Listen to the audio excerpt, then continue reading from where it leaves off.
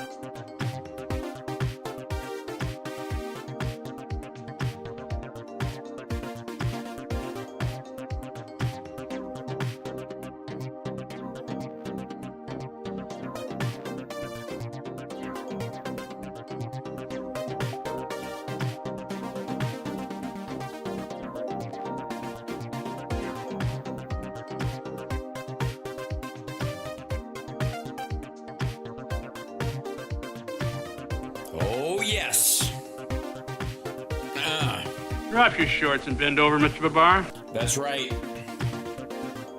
It's gonna be that kind of show. I'm telling you straight. It's my way or the highway. So anybody wants to walk, do it now. Here I am like an idiot. Legal, yeah, look. Christopher Columbus, Christopher, huh? I know words, I have the best words. Deliberately, willful, and with total premeditation.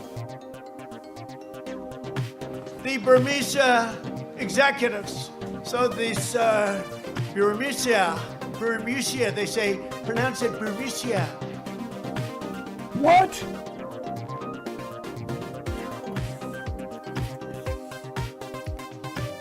The sportos, motorheads, geeks, sluts, bloods, wastoids, dweebies, dickheads, they all adore it. They think That's he's me. a righteous dude. That's right.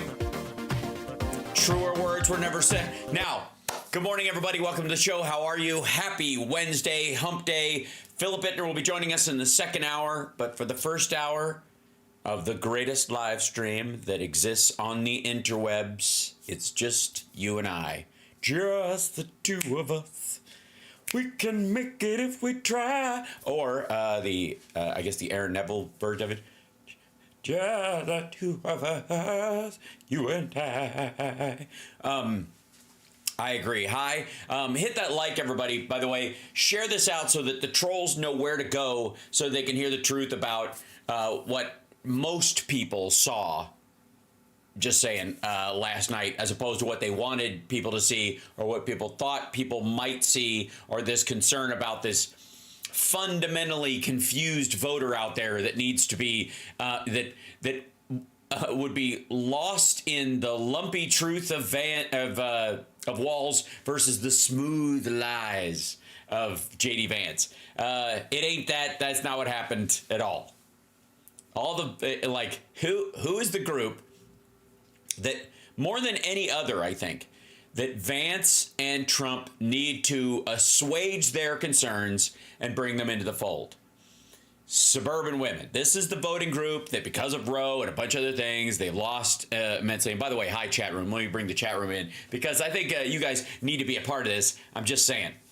Hi. Hello. Good morning. Hit that like. And by the way, if you're watching the show and you're you're like there, but you don't chat, cool. Just do me a favor. Hit me with an emoji every so often. If you don't feel like typing a hi or just do a little emoji. Yeah, it could be a holiday-related emoji. It can be, there's the symbol for my thing. If you're in Twitch, for example, you could throw that in there. Eventually, we will have one of these in there. I know it on, in the regular remotes. I don't mean just on YouTube and stuff, but Facebook, wherever you are, just do that little activity drives us out into the algorithm, and that's what's been responsible largely for the growth we've seen in the channel is you guys engaging. Because and by the way, I see some of you who are like, how does it listen to us? How does it talk to us? How does it see the chat room? Whatever. By the way, I see that. And I see you saying that while I'm in the middle of a thought, while I'm conveying information and comedy. I'm thinking about you. Let me tell you something, folks. I'm thinking about you guys every time I say a word. That's the point. You know what I mean? It's like, I want you guys to know that I do this show for you. And therefore, while I'm doing the show, that is me paying attention to you. Do you understand? And I also read the chat as it goes by a mile a minute.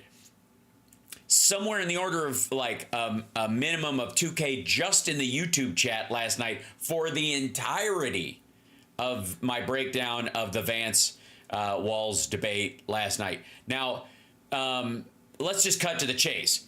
Walls won. Vance did less damage than he could have. That's it.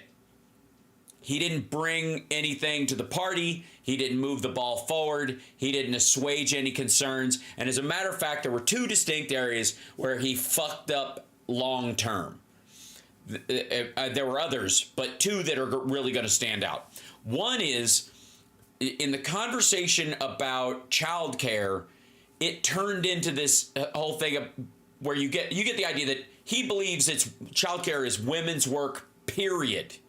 That even when he was talking about if your church wants to do something, what he means is the women folk at the church doing the thing. You know what I mean? Like, there was never a point where he's like, my wife has 3 children and she works, whatever. Motherfucker, you have 3 children and you work. Why is she the focal part of what she's got to fucking do? Right? Why is this about how it affects just her job, you weirdo? And secondly, his wife was like clerking, I think, for a Supreme Court justice, or you know, she's like a lawyer. And that requires her to fucking show up. Explain to me, before him being a senator, and by the way, he has missed 45 out of the last 45 votes in the Senate, so he's not even doing this now. But explain to me what his show up fucking job was before he became a senator. Book authors can write wherever the fuck they are. Venture capitalists have meetings every so often, but they don't fucking roll into an office and punch a clock. If anybody could be a stay-home dad, it would be that motherfucker. Right? Why is it on her? Why is his wife, the one who has the show-up job, got to make all these decisions about her career and her family life and blah, or his fucking mother-in-law who came to live with them, who took a sabbatical as a biology professor to watch the kids and do all this shit, when he has the most loosey-goosey fucking job in the world, even being a senator, for fuck's sake. Like, is it busy? Absolutely. Are there long hours? No question. Are you out of town for a bunch of shit? Sure. Do you have to be? No. And are there big chunks where you're at home by yourself, where you don't need anybody else around and you could do it? Yeah. And you've got a staff paid for by the taxpayer. Like, how in the fuck is any of that okay? How is that floating? What? Where the fuck? Like, that drove me crazy last night. This dude was outsourcing baby making and raising to his wife. She's got 3 kids, all of them under 7 years old, right? And she's got the job you have to show up in an office for. And this motherfucker's like, I don't know how she's going to do it. Bye. Like, fuck you. They're your kids too, asshole. Super weird. Okay, so that one's going to stick. I'm just telling you. And I'll tell you why it's going to stick. Because it's not a gaffe. He really does believe it. He believes raising kids is women's work. He believes in the tender years doctrine. All you men's rights activists on the MAGA side of things, fuck you. According to J.D. Vance, yes, the women should be raising these things, but, you know, if you do get divorced, the kids are gonna go with the mom, because you can't raise them. Men can't do that shit, nor should they. So get used to the idea of not seeing your kid till he's fucking 10 years old, right? Just gross. Okay, and again, it has nothing to do with his like screwing up a talking point or anything. It's, as a matter of fact, it was the biggest soft pedal of his real beliefs he could come up with. Like, it was such a tap dance. Okay. The other one, and the one that's making the most rounds this morning, is the fact that he couldn't admit that Trump lost in 2020. And everybody knows why. And it is not because, he doesn't believe, he believes Trump won. We all know why he couldn't say it. He's capable of repeating the words. He's obviously aware that he's not that kind of stupid, right? He just knows Trump is watching and he can't say it or he's fucked. And MAGA, he has not been viewed favorably by MAGA this entire time. It's odd how there's a bunch of them who very shortly after he was picked think it's Trump being corralled by the deep state because Peter Thiel's this homosexual billionaire tech guy, and while he's got a material lifestyle that maggots would like under, on paper, the fact that he's gay and married and I guess that his husband's boyfriend jumped out a window or whatever the fuck that is, it sets off some red flags with them. To them, he comes across as like a gay Epstein as far as they're concerned. Now, in all fairness, that crowd thinks all gay people are pedophiles because that's how they think. I don't know why. Mainly, I think anybody who says that about another person that consistently has those thoughts themselves, because it would never occur to me that would be the primary driver on someone, because I don't have that primary driver. But I can imagine that if you had that primary driver, you would be convinced that everybody else has it too. Otherwise, you wouldn't be able to live with yourself, or that would be your coping mechanism. Right, Roseanne? You fucking creep. So, do you see where I'm going? Now, one of the things yesterday, hold on.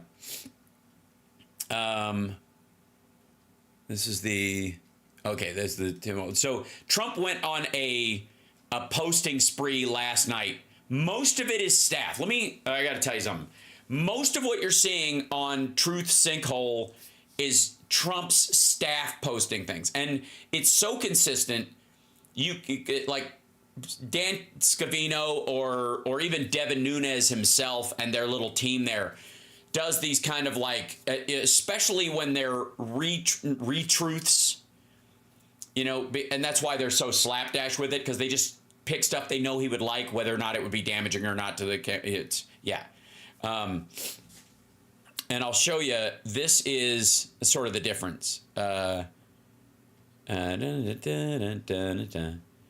here you go. These are the ones that you can tell are largely like Trump. Like these kind of things. This is staff. The staff does this all the time. The staff will also pull these things and post them above this is Trump's real rant. Okay. This is also, can I just say, and we're live streaming on Shitter right now. If you're on Shitter, hi, how are you? You'll have someplace better to go. Maybe they'll have, video streaming on Threads or Spaces or something like that, and we'll all just make the giant leap. But, and I'm streaming on Instagram, so you can kind of watch it there. It all overlaps. That said, Elon Musk put this shit out. He is in the tank for Trump. So I don't want to hear shit about the elites or big tech being in the tank for Democrats or whatever. This dude literally bought this fucking place so that he could propagandize for Trump. And this is a great example of it.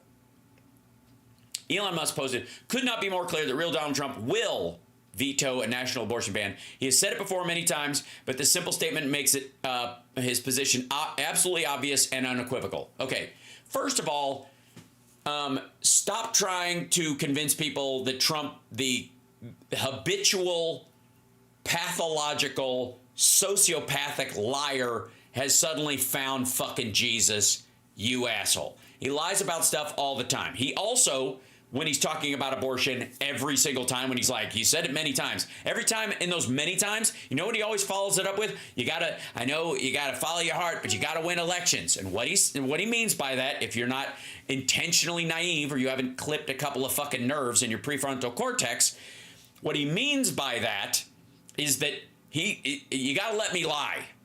You gotta let me lie. Otherwise, I'm not gonna. Look at Amy Coney Barrett. She sat there. She said, Roe is settled law. And then she got in there and she killed it. See what I gotta do? Do you understand how it works? You can't get mad at her or throw fucking shade at her when she's saying Roe is settled law, because we both know we're gonna shut up, okay? You know what? We'll never be able to get it. Keep it, skis it. It's the fuzz, right? That's what he's talking about. He says it every fucking time. You go with your heart, but you got to win elections. That's what he means. So shut the fuck up about this like he's an honest broker in ideas ever. Mr. fucking I'll build a wall and it'll be big and beautiful and Mexico will pay for it. P.S. It wasn't my design. The Customs and Border Patrol wanted this and I had a better idea, but they wouldn't let me do it. So first of all, he's a fucking liar. He's always going to be a liar. And he's admitted that he needs to lie to get this one over the finish line. So shut the fuck up.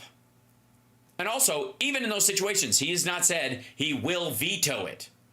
This is the first statement where he says it directly in all caps. And I'll show you what he says.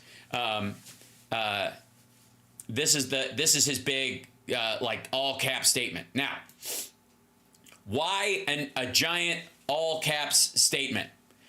And I love this. Thank you for your attention to this matter at the end of it. Like it's like he's writing a fucking complaint note. Like this is a Yelp review on women's rights. Thank you for your attention to this matter. It's like Grandpa's writing letters to Reader's Digest again. I think that the ending of Three's Company Season 3 was wholly inadequate to the storyline, and they just let them tail off. Whatever happened to the wacky neighbor from Episode 4? There was this promise that this person would return, and they never did. Thank you for your attention to this matter, TV Guide. All caps, this is something he wrote. Okay, everyone knows I would not support a federal abortion ban. No, they don't. Under any circumstances. And would, in fact, veto it because it is up to the states to decide based on the will of their voters. Now, that's his thing. I would veto it because it's up to the states. What do you think happens when there's a plurality of states that allow abortion, a majority of them, or even the ones that say, for example, manage to outlaw it entirely because of their own state constitutions? And I would imagine some desire for medical or physical autonomy, or the lawsuits that would come with under the state constitution in each of these states, because they would have a little Roe v. Wade fight that we've had in the federal government in like 10 different states at the same fucking time. And by the way, largely in red states with no fucking budgets. Right? Don't get me started on like how Montana's gonna like, face up against an abortion rights lawsuit that gets put in there, okay? But because it is up to the states to decide based on the will of their voters. Well, if there's a plurality of them, do you think the anti-choice, anti-abortion crowd are going to go quietly into that good night? Think so? Think they're just gonna like call it a day? You think they're just gonna like, oh, well, yeah, you win some, you lose some. Fuck it. You think they're going to stop trying to outlaw it at the federal level? You think so? Now, do you think the allegedly pro-life members of the Republican Party will not pass a nationwide abortion ban, even if it starts at fucking 8 weeks, 6 weeks, 10 weeks, some number that they come up with, but a ban after that fact? And by the way, when he says, I would not support a federal abortion ban, what he means is a total zero dates abortion, not after 6 weeks, not a bullshit, impossible needle to thread version. He means an absolute one, because that would never get to his desk, and he knows it. What he means is, and what he's lying about here is that if they presented one to him that was 8 weeks or 6 weeks, and he would just sign off on it, and there was no exception for rape, incest, or the life of the mother, he would sign it. Because you dance, with you dance with the one that brung you to the in that regard, and that's what he'll do, and he knows it. And by the way, he doesn't have to do it. He put the federal judges in place. His job. Let me tell you something. Donald Trump is an old fuck, and the one thing the pro-life group knows about is lifespan. They have a lot of work. They've got a lot of practice worrying about when your life starts and not giving a rat fuck when it ends. Right. So, and his exceptions right here are not accepted by the pro-life movement at all. Here's what Trump's supposed to do. Trump is not supposed to be the guy that signs the fucking nationwide abortion ban. Okay? Right now, they don't even expect him to win, and largely they expect him to probably be dead fairly soon. That's not his gig. And I look, I need you to understand that Trump can't process this, but you guys have to. The anti-choice movement has a very long game approach to this. They've been working on this for 40 fucking years. He was there to do one thing: get Roe kicked.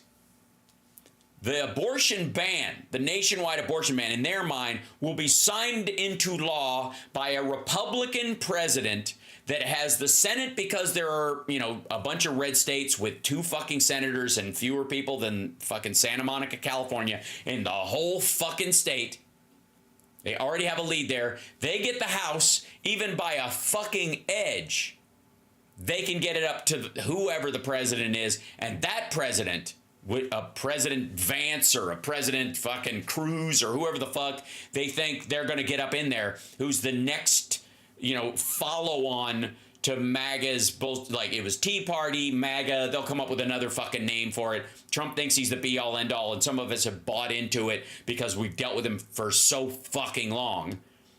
But they know he's not the end of Trump likes to think not only is he the last person on the assembly line putting the finishing touches on it, but he thinks he's the only person on the assembly line. Nobody else counts. No, there are no stages, and there's certainly nobody after him. Okay?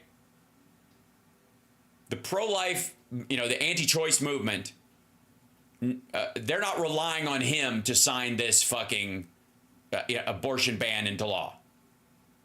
If he can do it, lovely, but that's not the goal. The goal is he sets up the judges that bat down any of the protections for women continually. The Supreme Court, they hold on to it for a while, and they bat them down. Roe's already been kicked. Getting a piece of legislation through would be a bitch. Got people like everybody from fucking Rand Paul, who's supposedly this libertarian streak, who will put an anonymous hold on it, to fucking Mike Lee, who will kill Social Security and be responsible for the deaths of millions of seniors by doing so, if he could do it. But, and millions of women, because of their limitations on abortion, especially where the woman's life is at risk and the pregnancy is dangerous. They know those people are in place to stop the codification of the right from getting through. They also don't, they know that if we get rid of the filibuster, for example, which is, could be part of the rope-a-dope, we get rid of the filibuster to pass Roe, the Supreme Court we currently have says, that law is unconstitutional. You can't force that onto the states. And they whatever the new act is, the conservative court declares that Roe v. Wade codification bill to be unconstitutional. They're counting on them to punt that down. That was what Trump's job was. Right? They know that's going to be there. But nothing will stop the absolute ban, because they know that the Supreme Court will not block that. They will use the same reasoning that they got rid of Roe and got rid of the Roe codification bill that they would obviously try to destroy. Now, again, we can tip the court this time. More than likely, Harris will appoint 2 judges, maybe even 3, depending. Especially if she goes 2 terms. It's gonna be, it will matter. And so that will shift that, right? That will change it. That will make it so that, they can't guarantee that the Supreme Court will knock down that codification law. But right now they would. Right now, a bill, if it struggles through, makes it through the House, the Senate, back to the House, goes to the president's desk, Harris signs a law that codifies basically the rules around Roe v. Wade, viability laws, with the exception of health of the mother. Everything has to happen in the first 2 trimesters, primarily in the first trimester. Mifepristone and all these other things are available early. They're interventionist during the early part of the fertilization process before it even starts forming into a fetus. That's when most abortions happen. It's when they should happen. They're not even, like they used to call them terminations for this very reason. Back in the day, because it took physical work. Those are barely done anymore. And that's because most of those kind of are only done to save the mom, which again, why would somebody like JD Vance, who thinks women's only purpose on the planet is to pump out babies and care for them while the man does the man stuff with his other men alone in a building with no women present? I don't know. But they're going to count on that. Trump's job is not to sign this. Trump's going to be dead when this gets signed. Okay? They know this. They expect this. Might be 3 years, 5 years, 10 years, whatever it is. The struggle continues. Trump did his job. Put judges up there that will knock out Roe. Now we start with a blank slate, and we can finally start making sure no codification of this law gets, sees the light of day. And what Trump doesn't understand is if he starts fucking up too much, a lot of that's, you hear the stuff about evangelicals turning on Trump or backing away from him or lowering support. Remember that? Remember early on this year when he was talking about chat room? You guys will probably remember this. Remember when Trump was saying Christians don't vote? It's like gun owners, they don't vote. Christians don't. Okay, Christians vote their ass off. This is just silly. I don't know where the fuck he got that. Christians vote, of course they do. Now, a lot of, what the fuck do you think Souls to the Polls was all about? But those are black Christians. Those are black Baptist Christians. And those aren't the ones he's talking about. What he means is this borderline sovereign citizen, white evangelical, fucking partially Waco crowd. That's what he's talking about. And those folks, they don't vote for the same reason. They don't think they have to register their car or their boat. Why they don't think they have to present ID to a police officer. Do you understand? Like it's not that they're like, well, I don't know if voting really reflects my. No, they don't believe. Specifically, the ones he doesn't realize. I mean, he doesn't know shit about the fucking Christians he's talking to. That's part of the problem.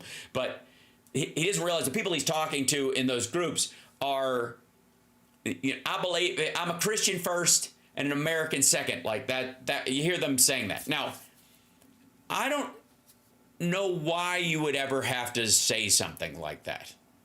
Because your religious beliefs are beyond the physical anyways. If you're a that first and you're a this second,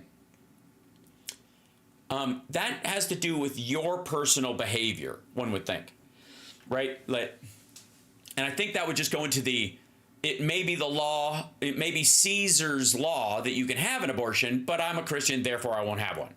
That's how, like, a sane, normal, healthy, I guess, I wouldn't call it unconfused, like the stable genius, right, would recognize that that's what that means, right? That's what it's supposed to mean when your religious beliefs proceed. That, like, I don't work on, like, Jews that don't work on Sabbath or something like that, so they can't go to court or whatever on a Friday or whatever. That's what that means. But it doesn't mean that you don't obey the laws of the country you're in. You just don't participate in choices that may be legal, but against your morality. Maybe judge rejects computer repairman's defamation claims over reports on, that's funny.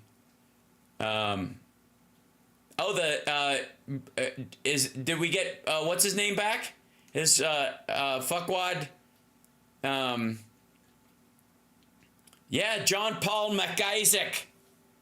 Dismissed Hunter Biden's claims accusing William's computer of John Paul McIsaac's invasion of privacy. McIsaac alleged that he was defamed by media reports. Okay, so this was his countersuit. The guy said he was defamed by suggestions he was a thief, a hacker involved in a Russian plot. Hunter Biden, let's see, his attorney for McIsaac told the press that he plans to appeal. Hunter Biden went on national TV and gaslighted the American public by indicating John Paul McIsaac was part of a Russian hoax when he knew it to be false. That's not true either. As the FBI confirmed, Biden dropped off his laptop at the Mac shop. No, they didn't. No, they had. You can't confirm that he dropped it off. The signature was, they weren't able to verify the signature at all. It looked vaguely like his, but how easy is that to do? And again, John Paul McIsaac couldn't fucking see 6 inches in front of his face. If Hunter Biden and Don Jr. both walked into John Paul McIsaac's store and they were more than 6 inches from his fucking face, he wouldn't be able to tell them apart. And who has the laptop today, by the way? Does anybody know? Anybody? Because anybody who has the laptop? It was here a bit ago, but I know somebody picked it up. Okay, Adam has it. Okay, cool. Yes, John Paul McIsaac is blind. He is visually impaired because he can see 6 inches. He can see this far, but he is totally legally blind past that point, and he could not make out anyone's fucking features past that point. It's silly. Anyway, so the guy sued Hunter Biden for defamation, and the judge kicked it out. He lost. John Paul McIsaac lost his defamation case against both all news outlets, the president's son, and Biden's presidential campaign. A Delaware judge on Monday also dismissed Hunter Biden's claims, accusing Wilmington. So the whole thing got thrown out. That was the countersuit. He dismissed it because the other one went away. Right. That's the whole thing. That's fun. Fuck you. So, all right, back to the matter at hand. Donald Trump is an old fart, and right-wingers know it. They also know that this is a long game, and that a lot of their successes have been brutally incremental. Now, to our, it's been a long time since I brought up our idiot friends over at the Young Turks and all these like whiny, pathetic, anti-voting pricks that decry incrementalism when literally everything in your life that is worth a fuck at all, whether it's your education, the rearing of your children, your diet, and your nutrition, is incra-fucking-mental. If you want to improve an area of your life, you can't staple your stomach for everything. And even that requires a bunch of different incremental changes after you've had the surgery, you assholes. So this whole, like, we always have to do a little piece here and a little piece there and whatever, and why don't we just do it? Well, because you can't. It doesn't work that way. It never did. It never will. And you know who knows that? The fucking anti-choice assholes. You want to see how a long game works? These pricks successfully eliminated a woman's right to choose in the United States and it was a death of 1,000 cuts. And by the way, did they? I'd rather die fighting on the floor, telling them what for, and lose than get a little piece here, a little piece there, blah. Okay. So, if the right-wing members of the court had taken that advice, we would still have Roe. If the people on TYT had advised them on strategy, that none of them would be Supreme Court justices right now, because they all would have sat there and they would have gone, this is what's right. This is what abortion is, fucking murder. That's what I believe, and that's what I'm going to do when I get in there. And I'd rather fight for it in this chamber in front of you folks, right? I would rather, fight and die for my principles in front of God and man in these hallowed halls, making my argument right here as pure and raw and honest as I possibly can. and tell you what my plan is, even though it's unpopular. Because I believe it should be popular even if it's not. What do you think would have happened? Do you think any of them would have made it past confirmation? Or they gotten borked up the rear end? I'd also like to remind everyone that TYT managed to give us both Trump and Jimmy Dore's solo act at the same time. Now, if you'll notice, once the squad, for example, who have not abandoned their principles, but are making what I would call incremental progress in a lot of areas, especially when it comes to workers' rights, that involve working very closely with Biden and Harris.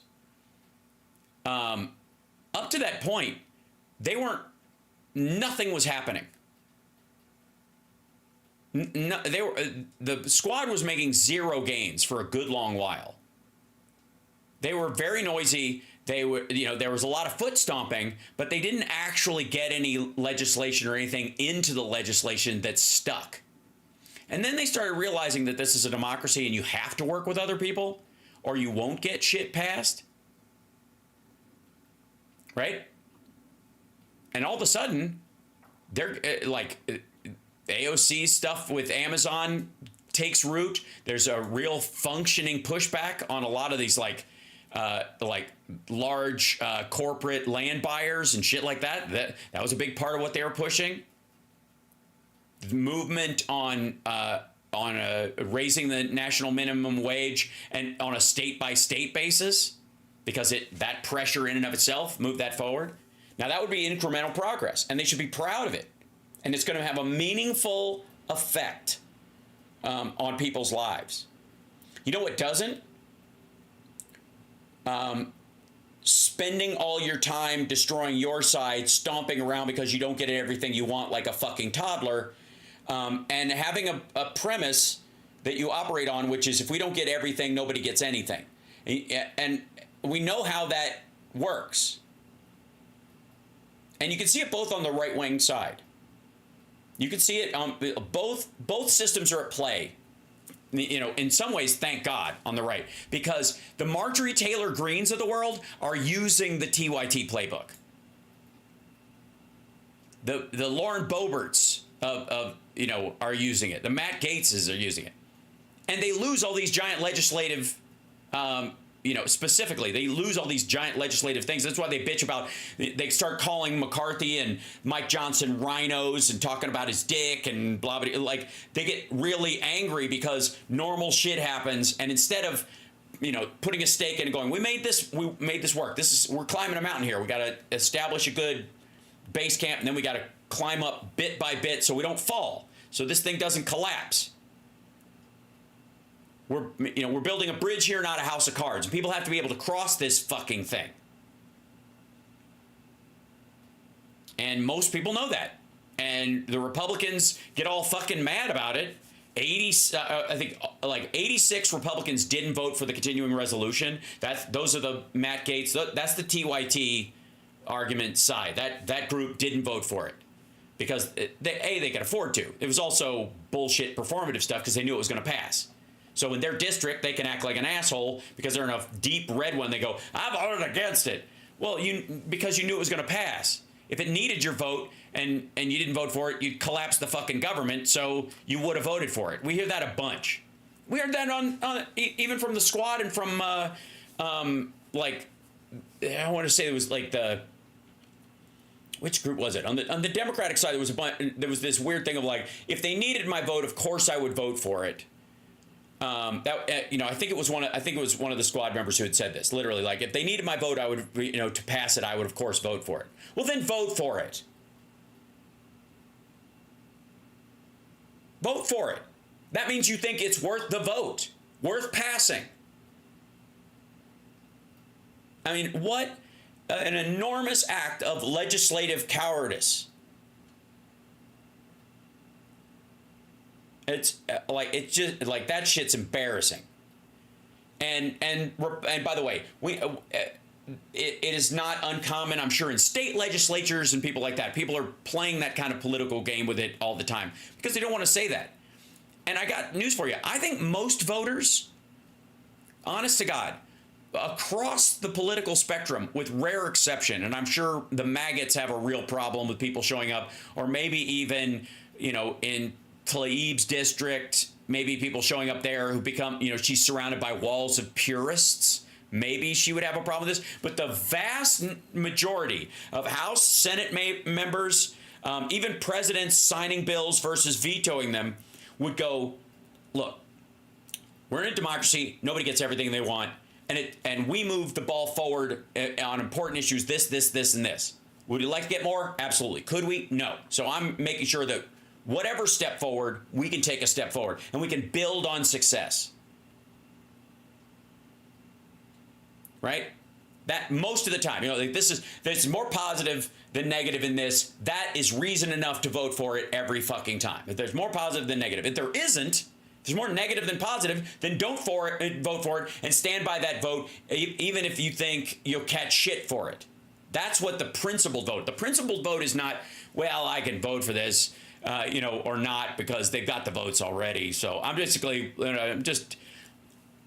my constituents might be, 60-40 against it because they really don't understand it that much, and I don't want to explain it to them, right? So I'll vote against it, and I can tell them one or two of the reasons that I didn't like about it. Never mind all the good it would have done. Never mind all that the good outweighed the bad or something like that. I'll just whatever, because it's going to pass anyways, right? Well, the meaning of progressive. Well, that's what interestingly enough, the Progressive Caucus, unfortunately, has been made to be, because they became like the purist version of the liberals. And, Democrats are liberals, allegedly Republicans are conservatives. And then you've got what is progressive on one side and MAGA on the other, is the kind of like labels that people took. And this is a problem between a descriptor and a definition. I would argue that there's flexibility in everyone about things that you prioritize, that in a quintessentially like philosophical political sense, you could say, well, I'm in this particular instance, I am conservative on this and I'm liberal on this, right? You hear that a lot. It's socially conservative or socially liberal, fiscally conservative or fiscally liberal, right? You hear that shit all the time. It's a categorization exercise, which means nothing. But what it means is that there's a lot of flexibility in how people think, right? And that's just the reality of it.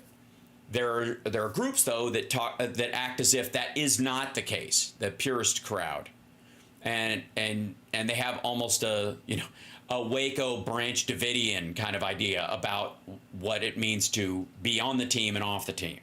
And we definitely have a slice of that on the Democratic side, but ours still play nice because ultimately it's about helping people. So there's less of a fight about it. A couple of critical issues, but for the most part, everybody's like, all right, we gotta help everybody. So all right, I'll give a little bit because we need to feed people, that kind of stuff. On the Republican side, you basically the conservative label doesn't mean anything anymore. It means basically pump the brakes. They're not conserving anything. All they mean is slow down progress because the progressives want to go too fast. So the idea is the progressives are all gas and MAGA is all brakes, right? And you can't drive a car that way. And most people either favor a little more gas, a little more liberal with the gas, or a little more cautious with the brakes. But they know that you need a give and take between both to actually move forward safely, right? And TYT, is sort of a great example of a cake and eat it too situation where they're all gas ideologically and all brakes materially, right?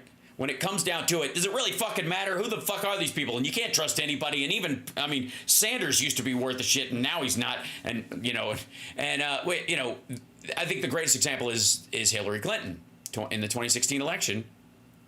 She's terrible. She's terrible. She's a warmonger. She's a baby murderer. She's going to, if she gets in there, she's going to extend wars and she's going to be warmongery. And Donald Trump will fuck things up, but is he going to be worse than the warmongery lady? And then 6 weeks from the election, like, oh, fuck, he's got a chance. And they start backpedaling to try and cover their ass after calling her a fucking baby killer for, months and months, if not years, participating in that horse shit, right? And then they wonder why a bunch of their purist viewers hop ship and go watch Jimmy Dore. So there you go. That's it. That's my anti-incrementalist rant. And this is what incrementalism, when it functions, accomplishes. And Donald Trump is not aware, as are a lot of people who don't realize they're a cog in a machine, is not aware that they're in no hurry. I got to turn on my, there we go. They're in no, the interesting thing about this is that when you care about true rights, true emergencies, and this is why you know that they don't actually think the border's an emergency. Yeah, I got the, oh, wait, hold on. I'm going to pop this open. I'm keeping an eye out. He's over here. When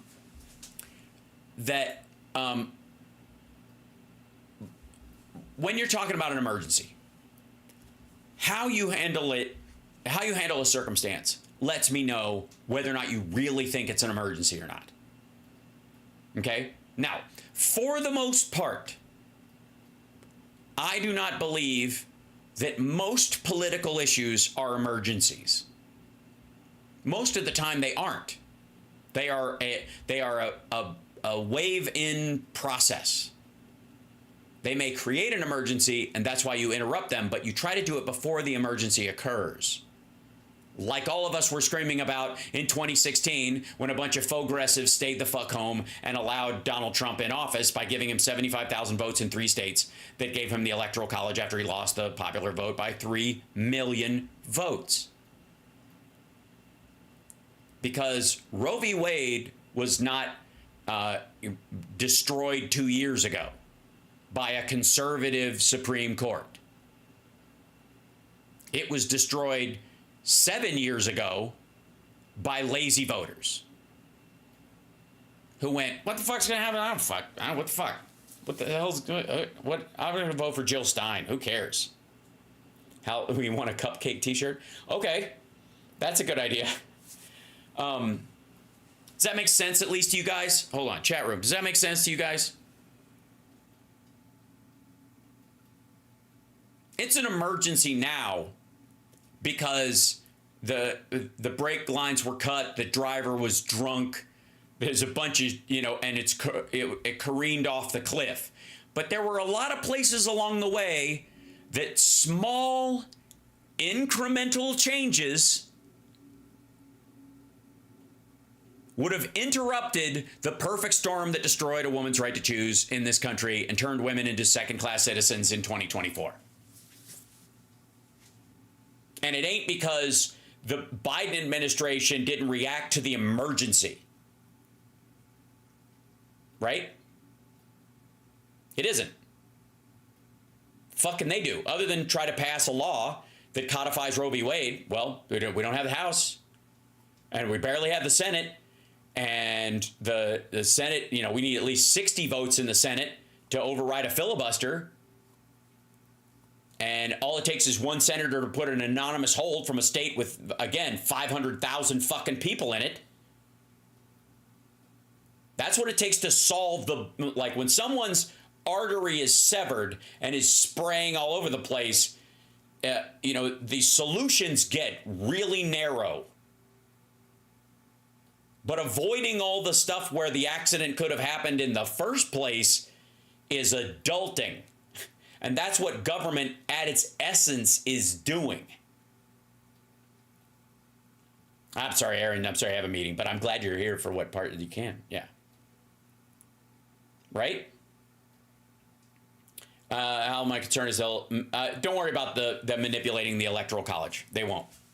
They already have like a little bit of a baseline lead because of, again, the red states and like they tried to get Nebraska to be a winner take all because they need every fucking edge they can. It won't matter. She's going to win by a decisive amount because people are going to fucking vote. Because I think the message that I'm giving to everybody right now and that I'm telling you is actually carrying through. People do recognize that we didn't lose Roe v. Wade 2 years ago. We lost it 7 years ago.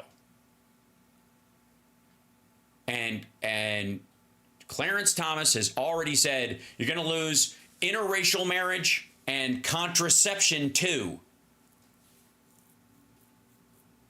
As we say here often, and it's very important, and I know some of you are going to know where I'm going with this, but if you are ever confronted with a choice that you believe is the lesser of two evils, choose less evil. And of course, I think there's an addendum that is a famous Rush lyric. If you choose not to decide, you still have made a choice.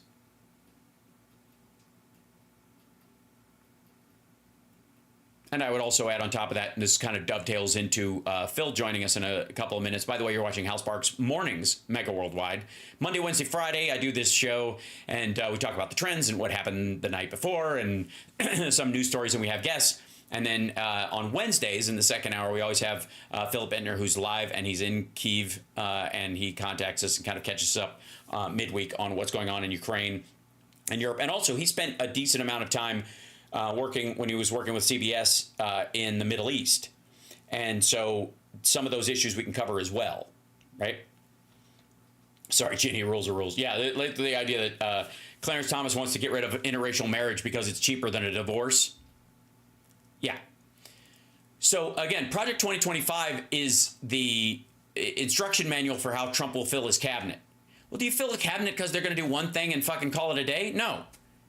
They're going to build on that.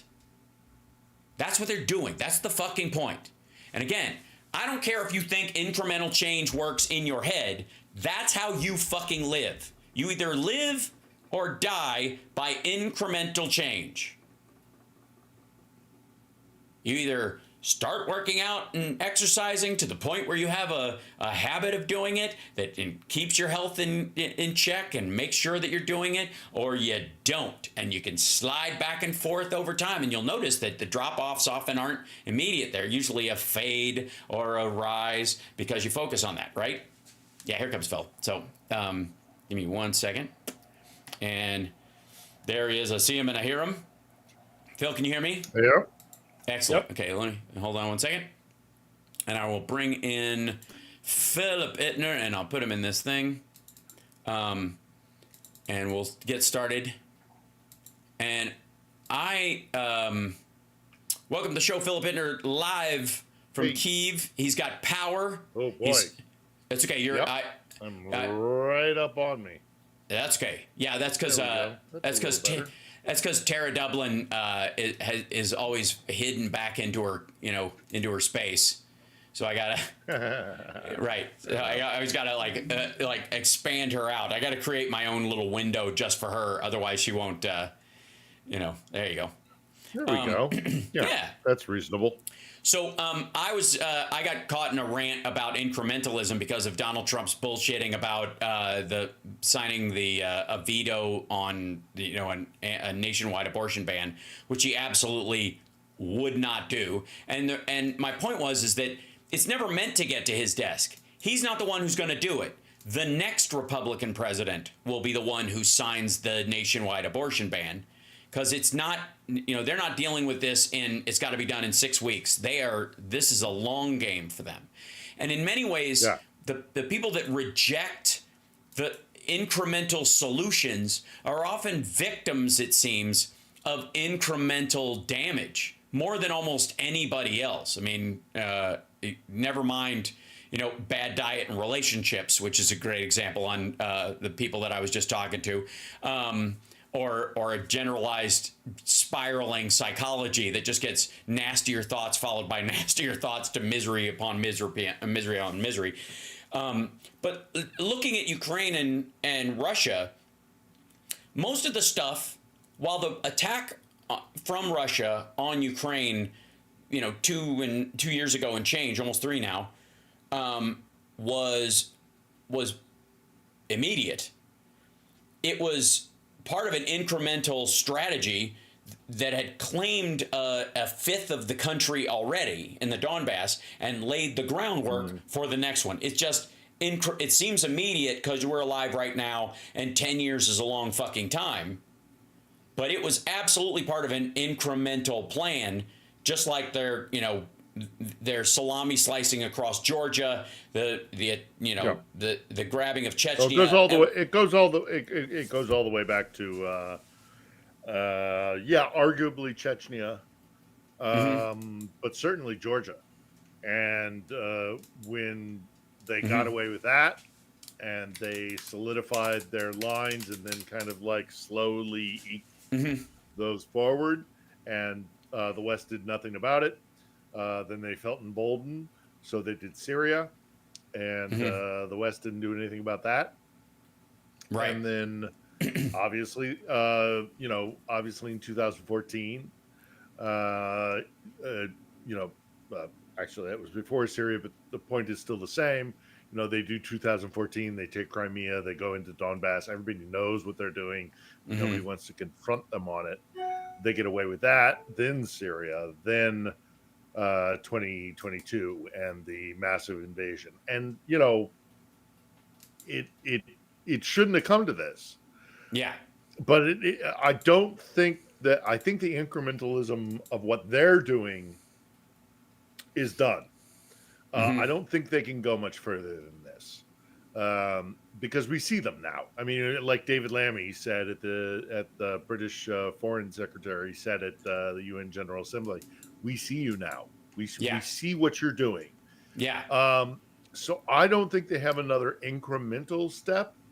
I think either they go all in, or they try to grab last little remnants of something and then sue for peace. But I think they recognize that they're gonna be having problems moving forward, because everybody sees it. Everybody knows that they're trying to rebuild the empire. It's very easy to see.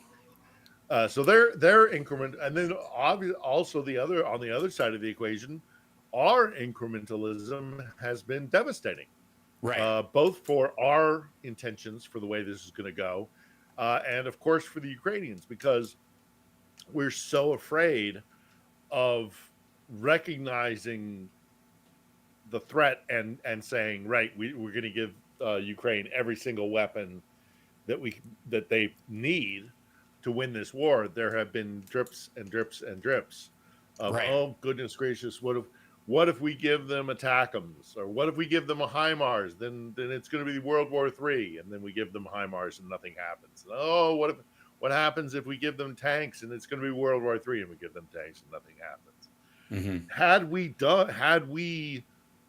Had we recognized immediately that this was going to be what it's turning out to be, and that is to be, this very decisive fight between East and West, and the future of Moscow or the future of the West, we should have just given them everything they needed. Russian colonization war.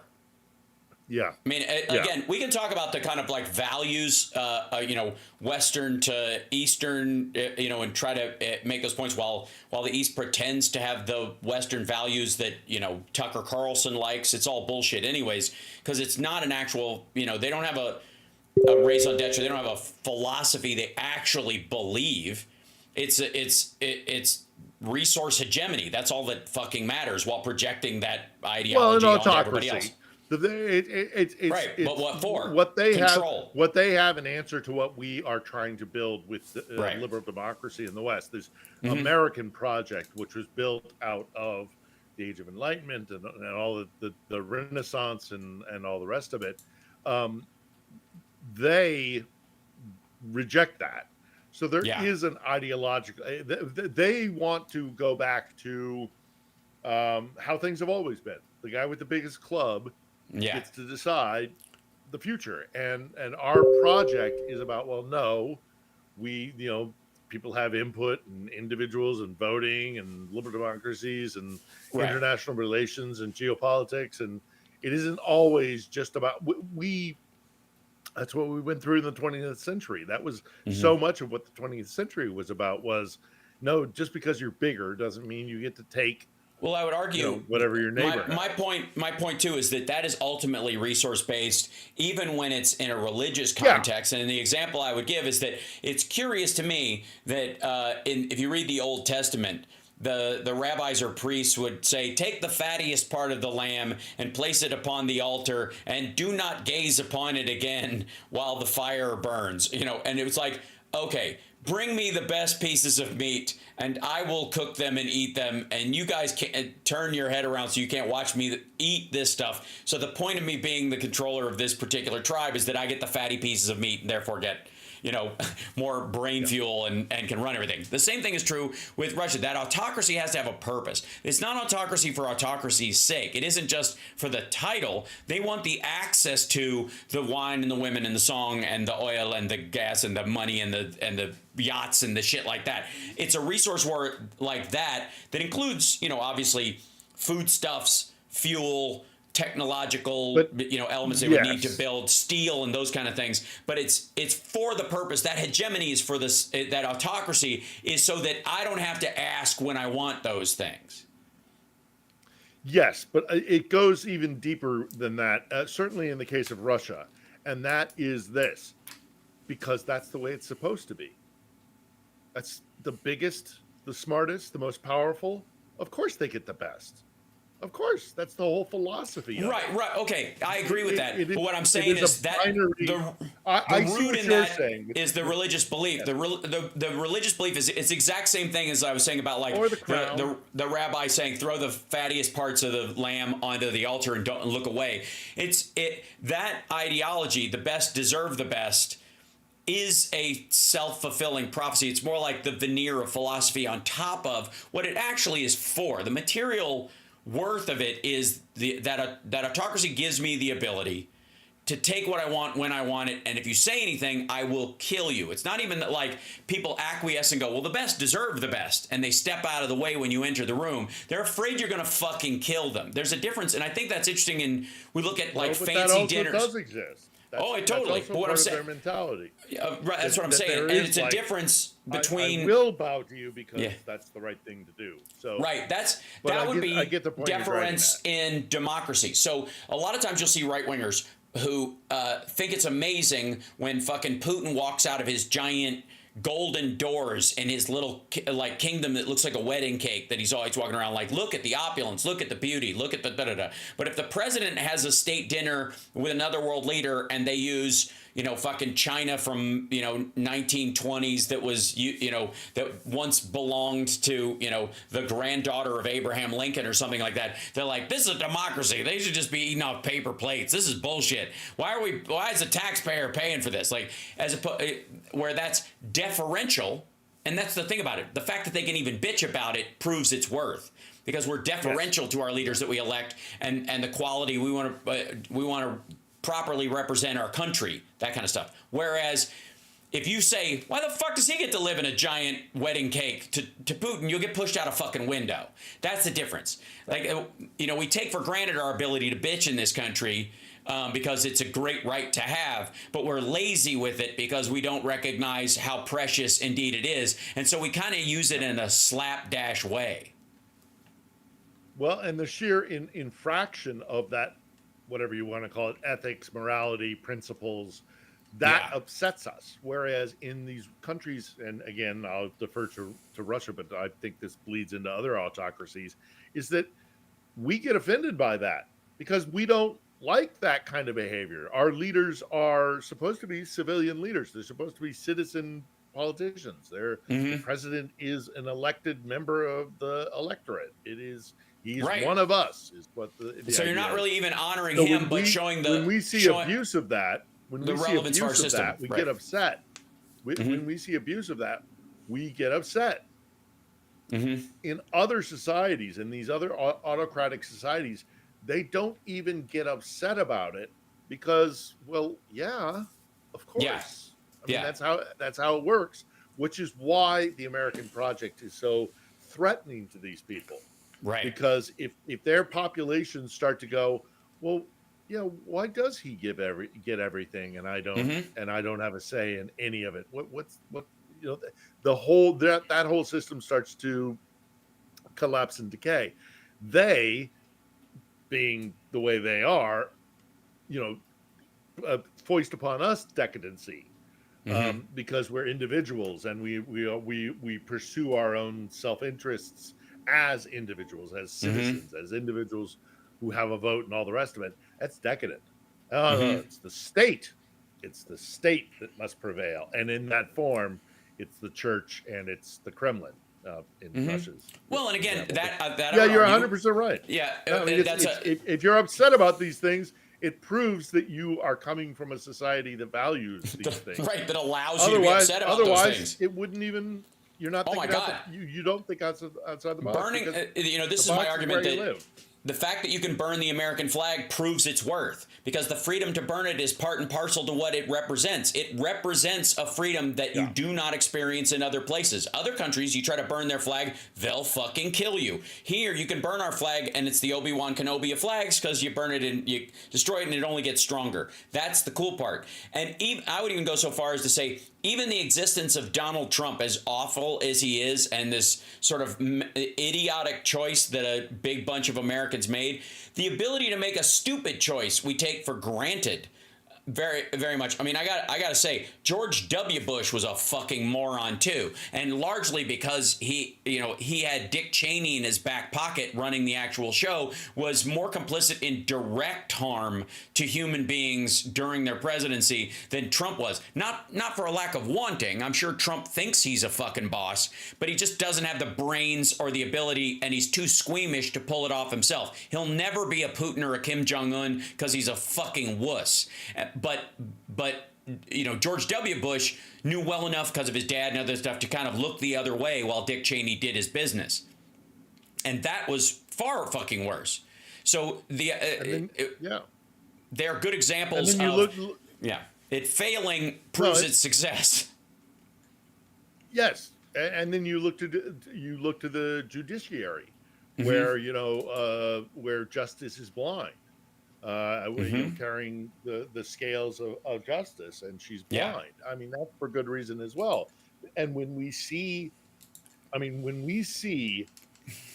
somebody fighting a court battle against somebody who's wealthy and he has tons of high powerful lawyers, and he's got some public defender or what have the injustice in the judiciary is also something that we get very, very upset about. But it's another indication of a system where the aspirations, the desire for all people to be seen equally in front of a court or a jury of his peers, that is, I mean, the rule of law. We oftentimes look at like autocracies and liberal democracies with the emphasis on democracy. Actually, and I'm sure Glenn Kirshner would agree with me on this one, is in some ways actually liberal democracy's basis isn't the ballot box, it's the judiciary, it's your laws, it's that all people will face the same justice in front, and so we get upset when we see an abuse of power and right. Somebody like Trump skates while somebody else gets, a woman gets 5 years for mistakenly voting, and Donald Trump bitches because he has to pay a fine because he defrauded millions from, what would be loans for other people that were businesses they couldn't start, educations they couldn't get, all that kind of stuff. Yeah. Yeah. Whereas in these autocratic systems, it's like, well, of course the court, it was a matter of who had more power, right? Who had of course, because that's where battles are fought, and it's not about the legal system. It's not about the legal code. It's about who can use the legal system, who has more influence and power to dominate the other person. It's never about actual justice or legal proceedings. It's about, let's set up this thing called a court, and the guy who has the more money and more influence beats the guy with less.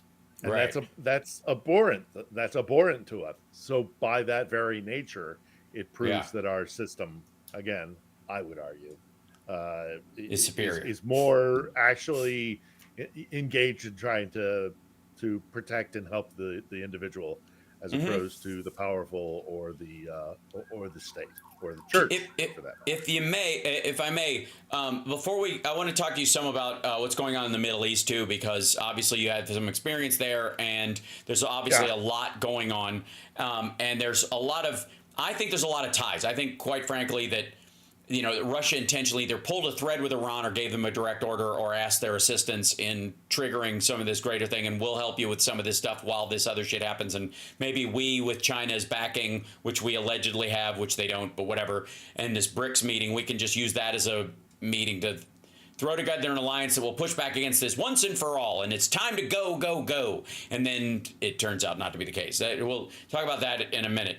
But I want people to understand the CSTO a little bit, the Collective Security Treaty Organization, or whatever. The former Soviet Union. What we used to call the FSU.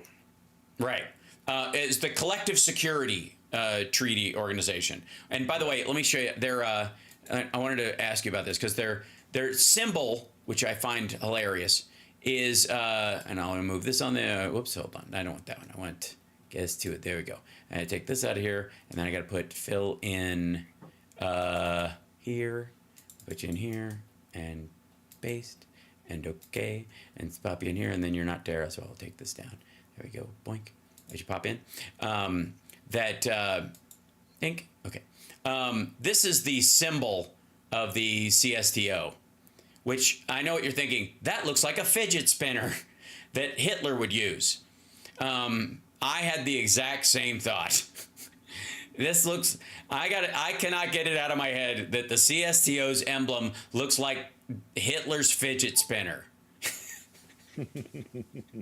It's so on the nose.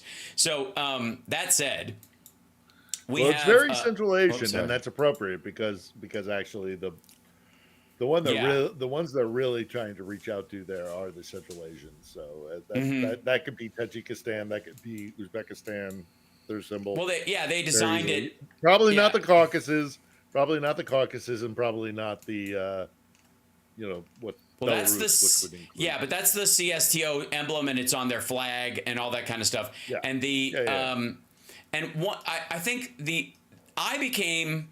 Let's see. It's Armenia, Belarus, Kazakhstan, Kyrgyzstan, Russia, and Tajikistan. And guess which one is the big dog? And Armenia has been bucking basically everything the CSTO has asked of them for quite some time. And so has Kazakhstan. We don't hear much from Kyrgyzstan and Tajikistan because, quite frankly, I don't think they have anything to offer Russia except maybe they can farm fighters out of it for Ukraine. They've done a little bit of that, but they're not doing anything to help Kyrgyzstan or Tajikistan because it doesn't feel like they really actually give a shit. It's more about strategic surface area, as opposed to the people or the culture or any of that shit. But Armenia itself is part of this and is trying to get out. And it seems like a lot of this stuff with Armenia and Azerbaijan back and forth with Russia's, supporting or not supporting in ways is like Russia basically going, we'll let, I guess, our Azerbaijan wipe you guys out if you don't do what we say. And they even seed it, like making deals with Azerbaijan to fuck with Armenia to keep them in line. So it's really dark shit. But you talk about NATO expansion, and how sort of nefarious it's talked about. But CSTO expansion, especially when it comes to Armenia and keeping them in it, there are no NATO countries that the U.S. is going, we're not making a deal with Russia to scare Poland into staying into NATO. Right. We're not secretly having meetings with Vladimir Putin to have his news people talk about nuking fucking Warsaw to scare Poland into not leaving NATO. Like that's what's happening with Armenia and Azerbaijan right now. And then, of course, we know that Kazakhstan, which famously most people only know from Borat, the head of that like that was it Nazarbayev or whatever, the guy who was in there before, steps down, and then Tokayev steps in, and Tokayev is not ethnically Russian. He's more like ethnically Chinese and Muslim, whatever the original people that are there. And he steps, and he steps up, he takes over the place in this kind of arranged switch of power from Russia. Remember? And then this is a couple of years ago, right before the attack on Ukraine, Russia sends in CSTO peacekeeping people to stop riots in the street who were going after Tokayev, which looked more and more like they started the riot and they finished it to basically warn the new leader, like, we own both sides of this argument. The people that will come to kill you and the people that will stop the people coming to kill you from killing you. You better stay in line. And he didn't. And he called their bluff. And since then, Kazakhstan is the biggest wild card in the CSTO. I mean, they're making deals with China about their own natural gas and telling Russia to go fuck itself. The Uzbeks were in it until something like 2010, 2012 or something like that. Right. So, look, call it what you like. Everybody knows what it is. Yeah. It's Moscow trying to reassert its control. Yes. It's always it has been, and it always is about empire. And that's why this is so terrifying for so many people, because we're looking at the collapse of the Russian Empire. It's happening. It's right in front of us. It's happening. And what does that mean for all those republics out there that are part of the CSTO, or even actually internally within the Russian Federation? I don't know if you saw this video that came out this week of these guys in Buryatia, which is a far eastern republic, kind of like a Central Asian republic in the Russian Federation, who were writing to the Kremlin of like, why do you keep taking our men to go fight in Ukraine? We, at least the Dagestanis were having the same complaint. At least give us a car or something in return, I think was what they were saying, which is just, absolutely bizarre, but it is what it is. But that's internally within the Federation. That's Buryatia. Dagestan is always been a thorn in their side in the Caucasus. Whatever title you put on it, this CSTO or whatever other organization they're going to come up with, it's all struggling to try and keep Moscow as the center of gravity, and it just isn't it's not going to work much longer. Right. It really isn't. And especially if, obviously so much depends on November. But a lot of it does depend on Ukraine, because this is the cornerstone of their empire. So right. It's all the same thing. It's all the Kremlin trying to hold on to the 19th century. Yeah. It's not working, and it's not going to work. One of the things they keep bringing up is that there have been all these kind of jumpstart organizations by the Russians, like the CSTO, right? And BRICS is the newest. Like 3. Yeah, and BRICS is like their international. It's their newest one, but they also have the EEU, the Eurasian Economic Union, which is their answer to the EU, which is for most people, like, it expands to a lot of these same countries as the CSTO. It's like this economic overlay that Russia does with these. It's just a union of where basically fucking Moscow does monetary policy for all of these countries at the barrel of a gun. And the EU... A rose is a rose is a rose. Right. And so, like, all these countries, Kyrgyzstan, Uzbekistan, like Belarus, the same ones that are in the CSTO are in the EEU, which I don't think anybody even hears about most of the time. We hear about the EU all the time. We do not hear about the EEU. One of the reasons... There's a couple of reasons. One, the entirety of the EEU, which includes Russia, has a GDP of $2.4 trillion. The United States GDP is $26 trillion. Not North America, not including Canada and Mexico, not North and Central America, not the fucking NAFTA USMCA countries. The United States of America by itself, basically the entirety of the EU has an economy smaller than California. All of those countries put together economically, their impact on the planet, the output of what they make, sell, grow, create, everything, including the entire oil industry of Russia, is smaller than that of California. And Texas and New York, certainly, for the same reason. Maybe even Washington State, depending on, like what you think of Google's earning power and Alphabet's main focus there and some of the other shit they do. But the headquarters of the EU are in Moscow and Minsk, right? Like, they're not even, it's a fucking racket. It's a fucking racket. Yeah.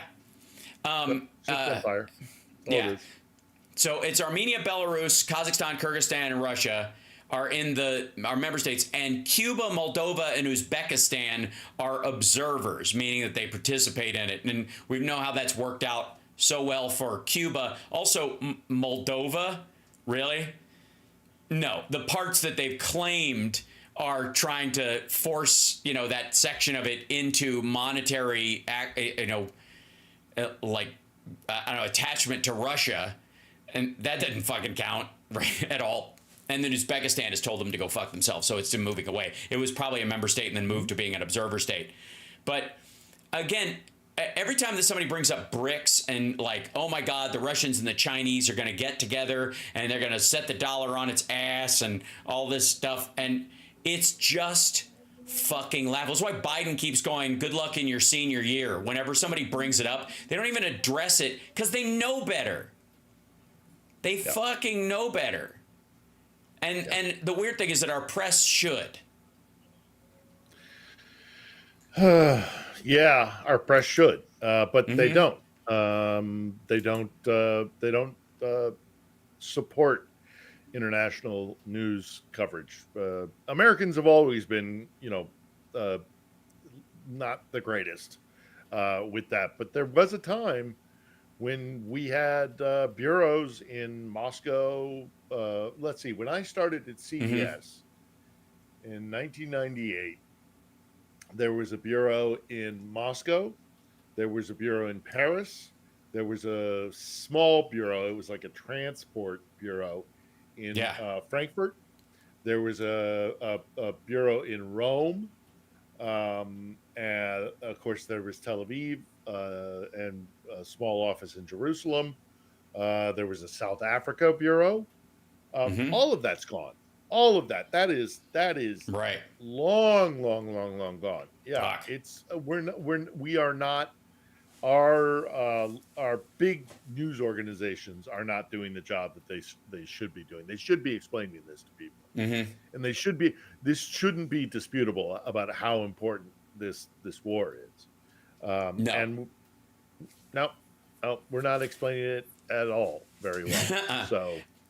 Well, that's what you're here for, and that's what I'm here for, and that's why we do this twice a week. And I want people to like and subscribe, right. And also listen to Phil's On the Edge podcast. Watch it on his YouTube channel, and check it out because last week's episode is a perfect example of this. I talked to a 24-year-old kid who used to be like a Twitch streamer kind of influencer type, and he's over here doing that now. That's great. It's wonderful. I love the entrepreneurship of it, and I love the self-determination and the drive and all the rest of it. But he shouldn't be doing it. That should be a little bonus. There should be should be people over here explaining this thing, and they're doing a really, really crap job at it. I mean, you don't have to look much further than all this, because of the flooding. If we only had money from all the money we gave to Ukraine, we could help in the flooding. We didn't give money to Ukraine. We gave weapons. Right. We gave, I don't know what a Bradley or an Abrams tank or a Humvee is going to do in the flooded areas. It's not. Well, don't give them any and ideas. and we haven't post explained Katrina, it. there's a We bunch of haven't people who explained think there's a lot could be done. Oh, by the way, there's a bit of breaking news, and I don't know that you'll know about it because I don't know who this person is either. But there is a, let's see, let me see if I can find the right page with this so I can show you that. Guess two with news. Guess one with news. There you go. Blink. I think this is in here. Hold on. Let me move Cliff and whatever. Close ally shot in who? In okay, it's a guy named Konstantin Zavazenov. Was found by his son in a mansion in Moscow's Ista district on Tuesday night. State News RIA Novosti reported law enforcement told the news agency that the death was tentatively ruled as suicide. I mean, I think that's just that's the first box they check, right? Sure. But some expressed doubts about that explanation. You think financial? Yeah, his son found a note. I want to say he's someone connected to the finances. Yeah, his son found a note and alcohol on a table in the house before hearing a gunshot in another room of the house. According to Russian media, his wife had just caught him having an affair and had filed for divorce. News of his death was shared by a Ukrainian-born racing driver and political commentator Igor Sushko, who expressed skepticism about the claims that he committed suicide. Yeah, I can see why you'd think that. Did he hold? I seem to recall him being somehow connected to finances. Yeah, but I don't hold me to that. I don't know what position he held, or if he was the confidant. This is but yeah. Putin ally found dead with gunshot wound. Putin's close ally. Yeah, this is a bunch of this one. Body of ex-minister of energy and LPR.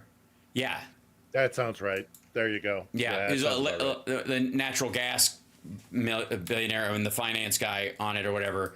Body of former minister of no, it's not good. He was former minister of fuel, energy, and coal industry of the LPR, the Luhansk Provisional Republic or something. LPR. Oh, yeah. Oh, yes. Yeah. This guy.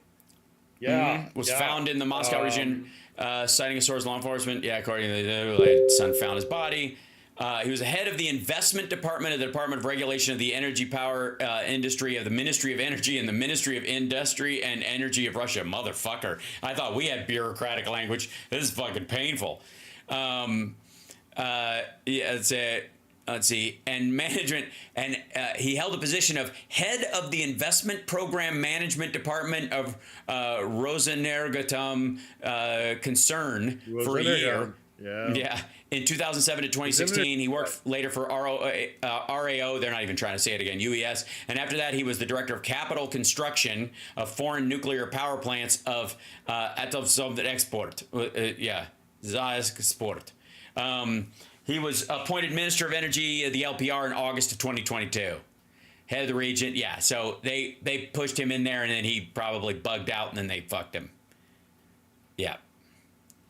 It's going to get worse. Yep. It does not pay. Whoops, where'd you go? Hold on. There you go. It does not pay to be friends with Vladimir Putin because he has no such thing. Well, and they're going to start coming after one purging, another, and they're going to be there is a coming fight, and I don't know when it's going to happen. I don't know how it's going to play out. Or that it is. This is, by the way, this is it happening. Again, you and I expect, like a lot of times, everything happens and then bang. But even in that nothing's happening, below the surface in Russia, there's a lot of intrigue and shit until the zit boils over, right? Yeah. When I say it hasn't started yet, I mean, like, this is just the beginning. It's going to get, because there's... Everybody knows that Putin is done. I think I talk to my friends in Russia. I monitor this stuff. If you can read between the lines, and if again, if you know the circumstances, he's done. There is no way he survives this unless he wins. Right. And he only wins if Trump gets in. And even then, I gotta say, like, I agree that's the goal. But Trump is such a fuck up, and he has been such a fuck up. Even the people who support him know this now, and it's one of the reasons. Like, I don't give a lot of Republicans credit for turning on this dumbass. late in the game, because suddenly they've realized he's not a man of his word or some shit like that. I just think they're done with him. Like, they need to get somebody functional in there. They need their own Dick Cheney back in there to do the shit they want to get done, who's not just about himself and blathering and giving away the fucking game all the time. Right? Well, and additionally, even if Trump does get in, the Ukrainians themselves have some input. Yeah, of course. They're going to keep fighting, and Russia will not take Kiev, and it will not take Odessa. No, it's just it won't happen within the 4 years of a Trump administration. No fucking way. Even if something crazy. No, it's just not. It's and so because of that,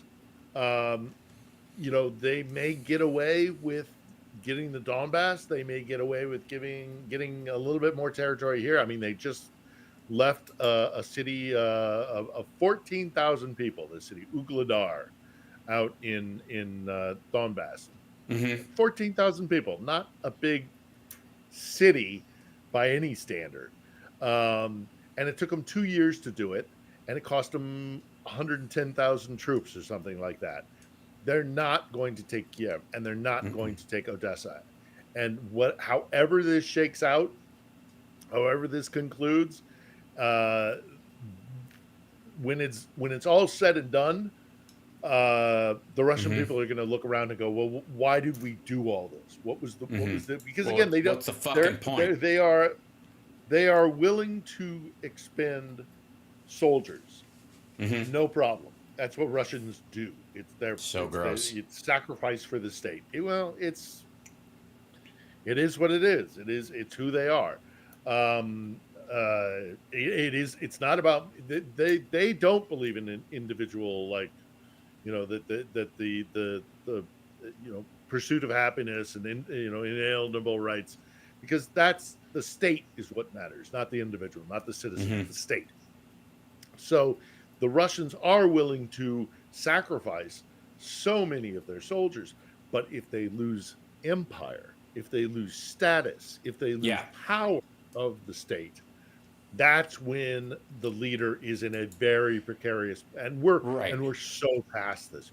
We're so past this. It's however this. And again, it goes to that Trump idea of like losing face is enough to lose the empire, because again, if your strength is built on a false premise to begin with. Now, I will say, Evan in our chat room posted something a little while back, and I paused my chat window on one of the things to address it because, for obvious reason. This was the quote, what they wrote. It's been obvious that Putin was planning a new USSR since he was in office. It was insane to believe when the wall fell that Russia was going to start growing flowers instead of making guns. So many evil, power-hungry USSR officials and allies still remained, and instead of immediately starting climbing back into power, they smartly played along and hid behind glasnost. Even if anyone didn't get it back then it should have been clear when Putin pushed for Crimea. That too was directly from the USSR. I agree. I mean, I've said this before.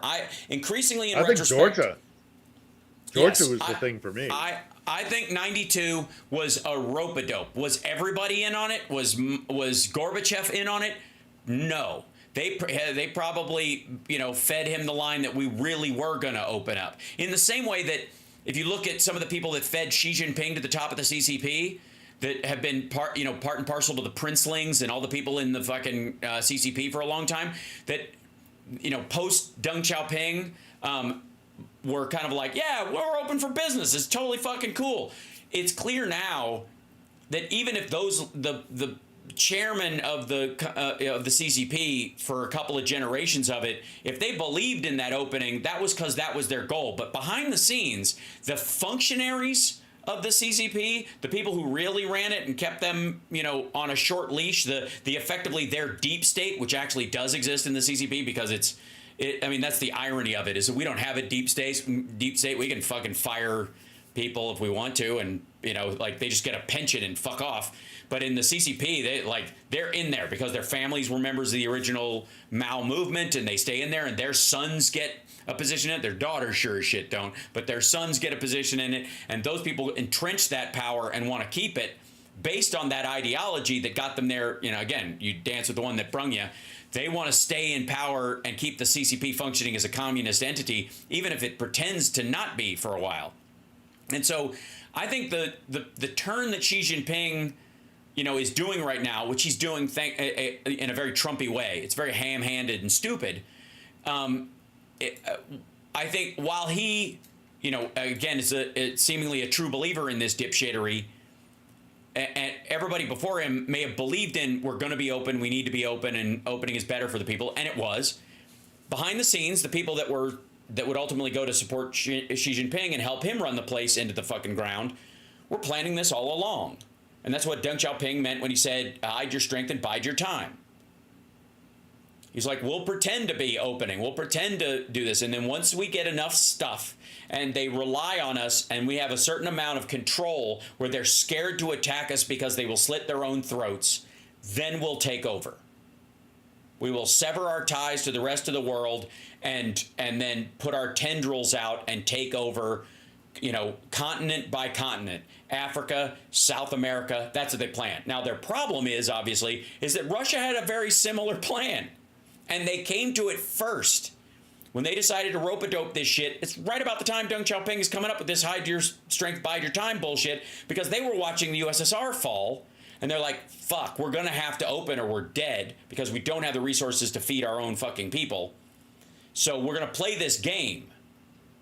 But it's abundantly clear that I think Gorbachev was an honest actor. I would argue even that, maybe everybody up till Putin took over might have bought into it as well. I think Yeltsin was. Yeah. I think Yeltsin was. I think there were a lot of operators that actually did want to change Russia, right. And they got marginalized. But underneath, just like we have, religious conservatives in this country, doing anonymous holds on bills, which would be our democratic version of this kind of shit, making sure that we don't make the progress the public wants.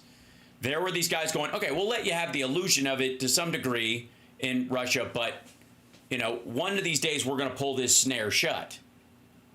Well, for God's sakes, the head of the church is a KGB agent, and the head of the state is a KGB agent.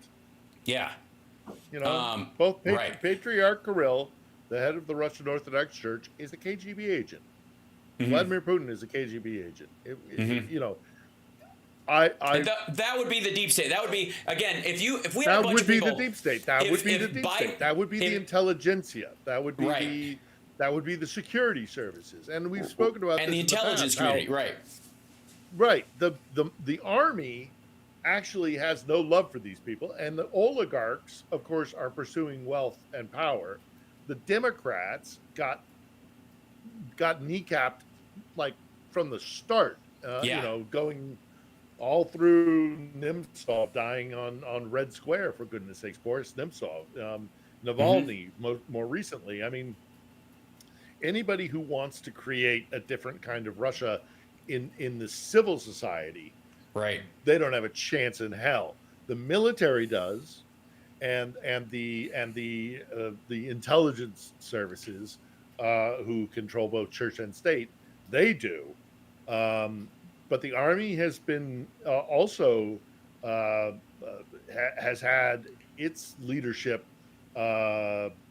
Anybody who would say anything bad to Putin has been removed.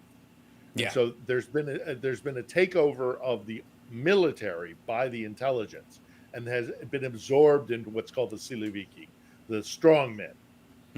But they're all puppets. The military has been turned into a puppet of the KGB. It's not supposed to be that way, or the intelligence services. It's not supposed to be that way. Right.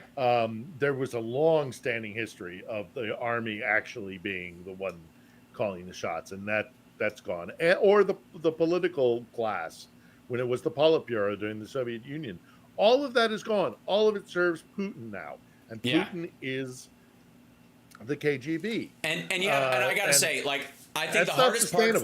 No, and I also think it's very hard for me to believe, as conniving and manipulative as Putin is, and those around him that he's helped build this oligarchical structure, that they just fell into power because of an accidental, like a trip and fall, like this, that this wasn't a strategy well beyond their actual seizing of it, which is just like 8 fucking years, right? It's not a long time. This is not, you look out, a 10-year plan is not out of the question for most people just trying to fucking lose some weight, much less some guy who like is planning on taking over the fucking world for his own, hedonistic, militaristic desires. The dude is allegedly worth $200 billion, richest man in the world by far.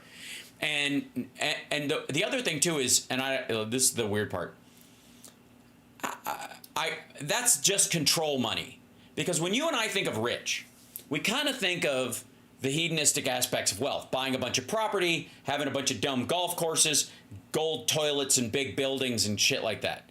That is not the kind of wealth that Vladimir Putin has. He certainly has some of those things, but all of his wealth, his house in Sochi and all that kind of shit, probably all in less than $2 billion of his wealth is in real estate and creature comforts. The rest of it is in financial control of other countries, other systems. That money is not him just like stealing from the Russians so that he can buy himself a fancy house. It has gone a long way towards shoring up Donald Trump's fucking buildings and keeping him on a very short leash by giving Deutsche Bank a bunch of money and saying, loan this out to Donald Trump, and I don't give a fuck if it ever gets paid back.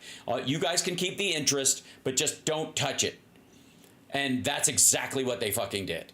And the idea that they only do it there and not just through the Cayman Islands and through the Bank of Cyprus, where fucking Trump's other monetary advisor, Wilbur Ross, was the fucking head of the Bank of Cyprus, another huge Russian money laundering organization, right?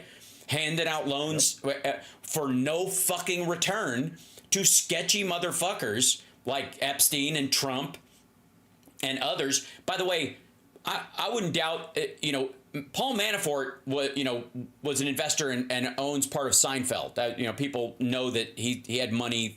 Or I'm sorry, Steve Bannon. Bannon was I was supposed to say. Yeah. Paul Manafort was putting money into other like Hollywood productions as well, because that was the other thing that they were gonna, the hearts and minds part of it, the soft power part of it was decadent Western programming and time-wasting stuff to, what they thought would impact the intellect of people, not understanding that funny people are smart people and vice versa, and people with a good sense of humor are in general smarter than those without. So the Seinfeld attack was not only thwarted, but it actually benefited us long-term. But in all these situations, it was clear that they were trying to like buy influence, soften people's attitudes towards them. At the same time, they were manipulating shit behind the scenes like they always had done. But we in our naivete were like, oh, okay, obviously they learned their lesson, because that's how we think. That's how we are. It's capitalism now, right? Yeah. Right. Yeah. Well, there's one other thing worth mentioning when you talk about Putin's wealth. Is that also he because of the way things work in Russia, he's almost obligated to always be receiving tribute from the oligarchs. He has to take money from them because he has to always constantly. It's feudalism. It is in essence feudalism. So even he takes the money from them not only to enrich himself, but to remind those people. Yes. Yeah, exactly. You need to bend the knee. You need to give me some of your money, because that's a way of me exerting my and showing my power. The mob has a similar tactic, and so I've been increasingly, again, these. Even if you don't need it, if you don't need the money, it doesn't matter. Take the money, because it makes, the other guy a bit. They had drawers full of dead cash that they didn't need it. They never, but the control of the block was so important that they would muscle people for protection money, shave a little off the top, and it was the opposite of a protection racket. It was literally like, it's an excuse to come in and kick the fuck out of you every couple of months to scare you into knowing making you believe they could kill you and get away with it. And so they come in and they take that money and they put it in a fucking drawer and they never spend it. And to some degree, that is at least half, I think, at least half of Putin's alleged $200 billion is money in a fucking drawer that he just took because I can take it, and if you try to fight back, I'm gonna fucking kill you. And it's not even like the Joker burning it to make a point or to prove there is no point. He literally, if they knew he was not spending it, they might even push back.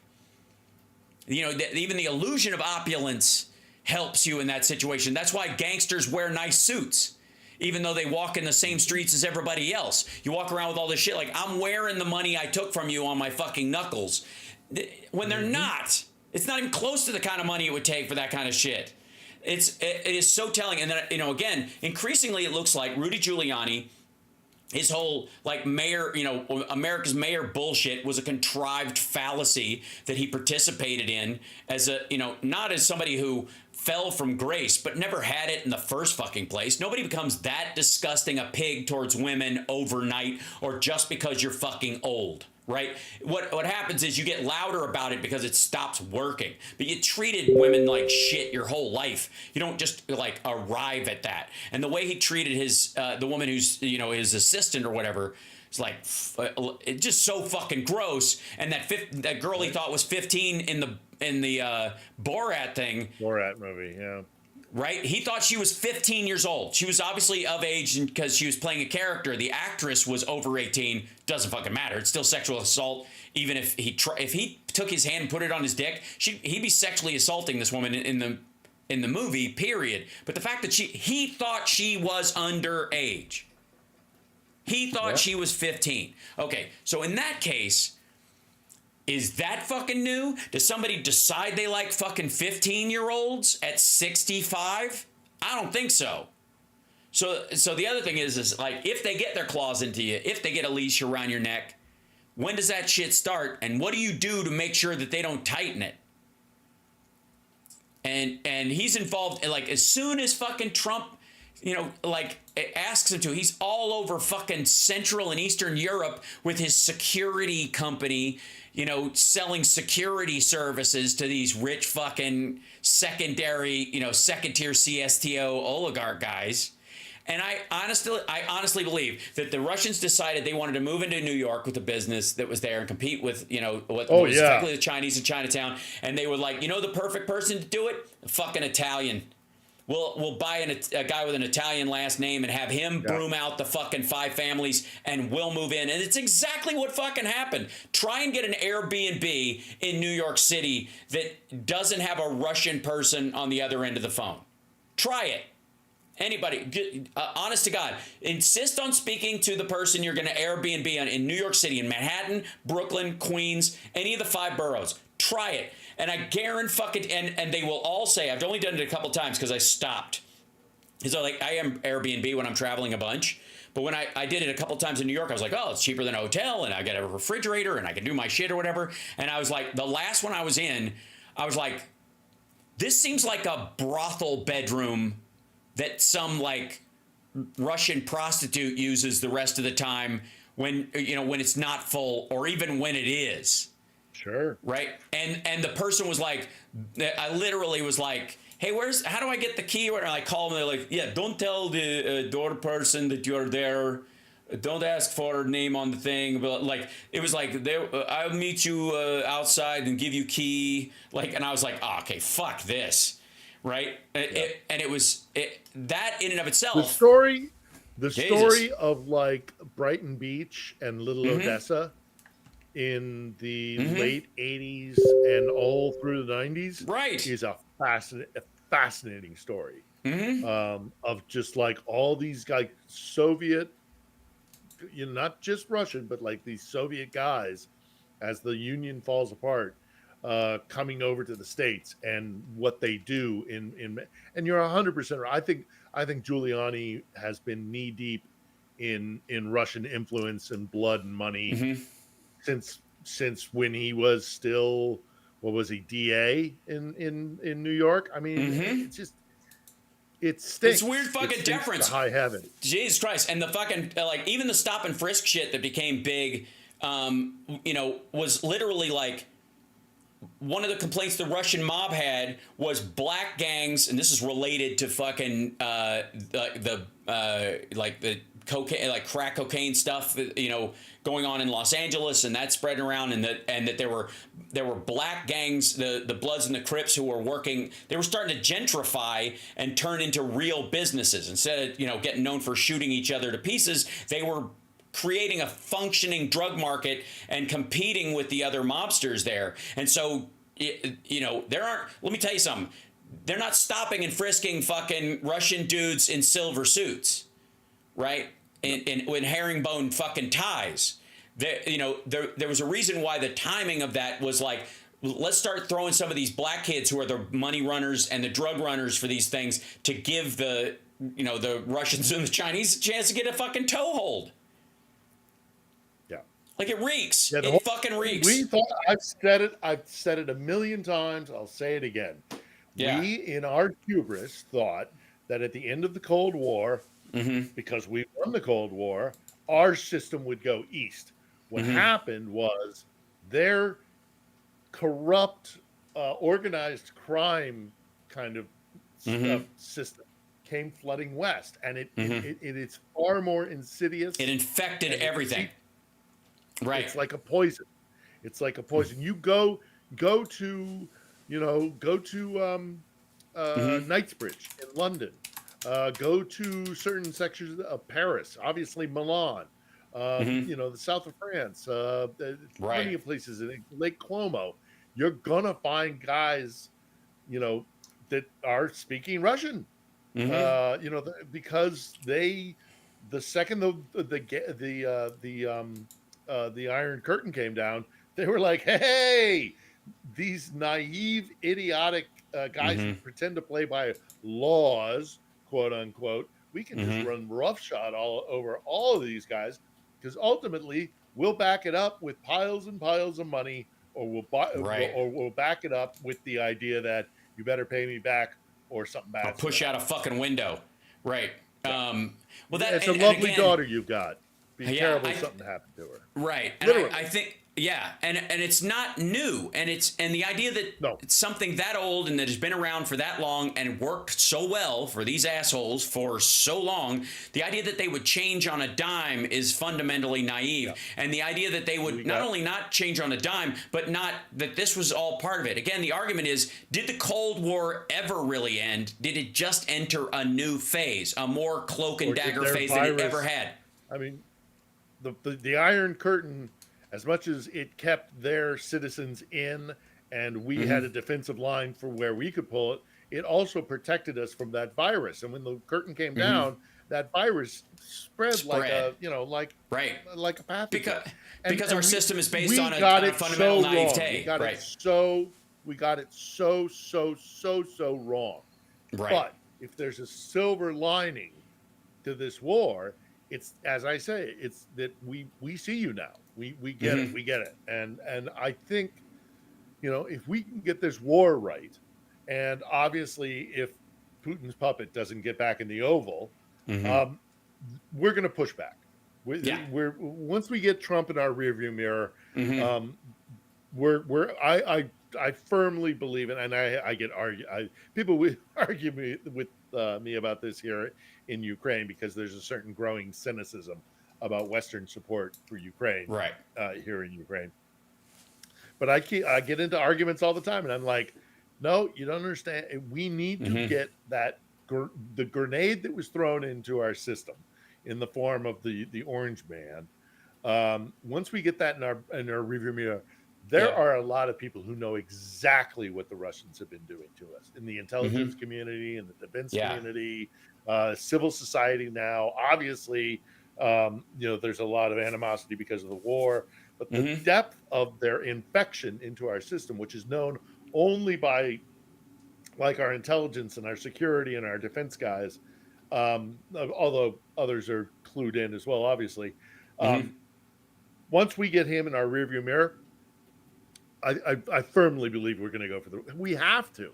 We don't have a choice. I also think to go for that. The very thing you were talking about, and we're at the end of the show, and I want to remind everybody, Philip has a podcast, video podcast that you can watch on. It's called On the Edge on his YouTube channel. I highly recommend it, and it humanizes a lot of what's going on in Ukraine right now, and gives you details you won't find anywhere else. It's an invaluable resource and an awesome fellow, and I always am so grateful that he's here with us on the regular. That I think the very thing that created that situation of that naivete that we have, that of course you'd want to open up, and of course you want things to function the way they're supposed to and are living like that, are also going to be our salvation, even though they led us into this period, because we do yearn for that. The American people, even in spite of the maggots and the Tea Party and all that fucking stuff, they do ultimately, if you hold them down to it and you really dig deep, they don't want an autocratic rule, and even the ones that believe, the only ones that believe might makes right are the people who are literally right next to the might themselves, and anybody else who isn't exactly there, including the maggots themselves, get very nervous. So watch how they talk about Joe Biden or Kamala Harris or anybody who's power if it's not Trump. They understand that even in this temporary moment, at some point, they're going to be orphans in this situation, and they don't like the idea. So at its root, they would rather everything work the way it's fucking supposed to. Their belief that it doesn't has been the trick that's been pulled on them, I think, by a lot of Russian disinformation. But at the very belief that we have, like, yeah, just fucking get on with your life. Stop, not everybody wants to be a fucking crook. A lot of people actually do want to contribute, make something in their lives, and they don't need to take a lot more than they need. You want a comfort window, but this idea of like greed as a raison d'etre in your life is absurd, right? And I think most people go there, especially because of the genuine Christian base of the country, or the genuine religious beliefs of a bunch of people that are mixed in with that maggot crowd that they just can't shake.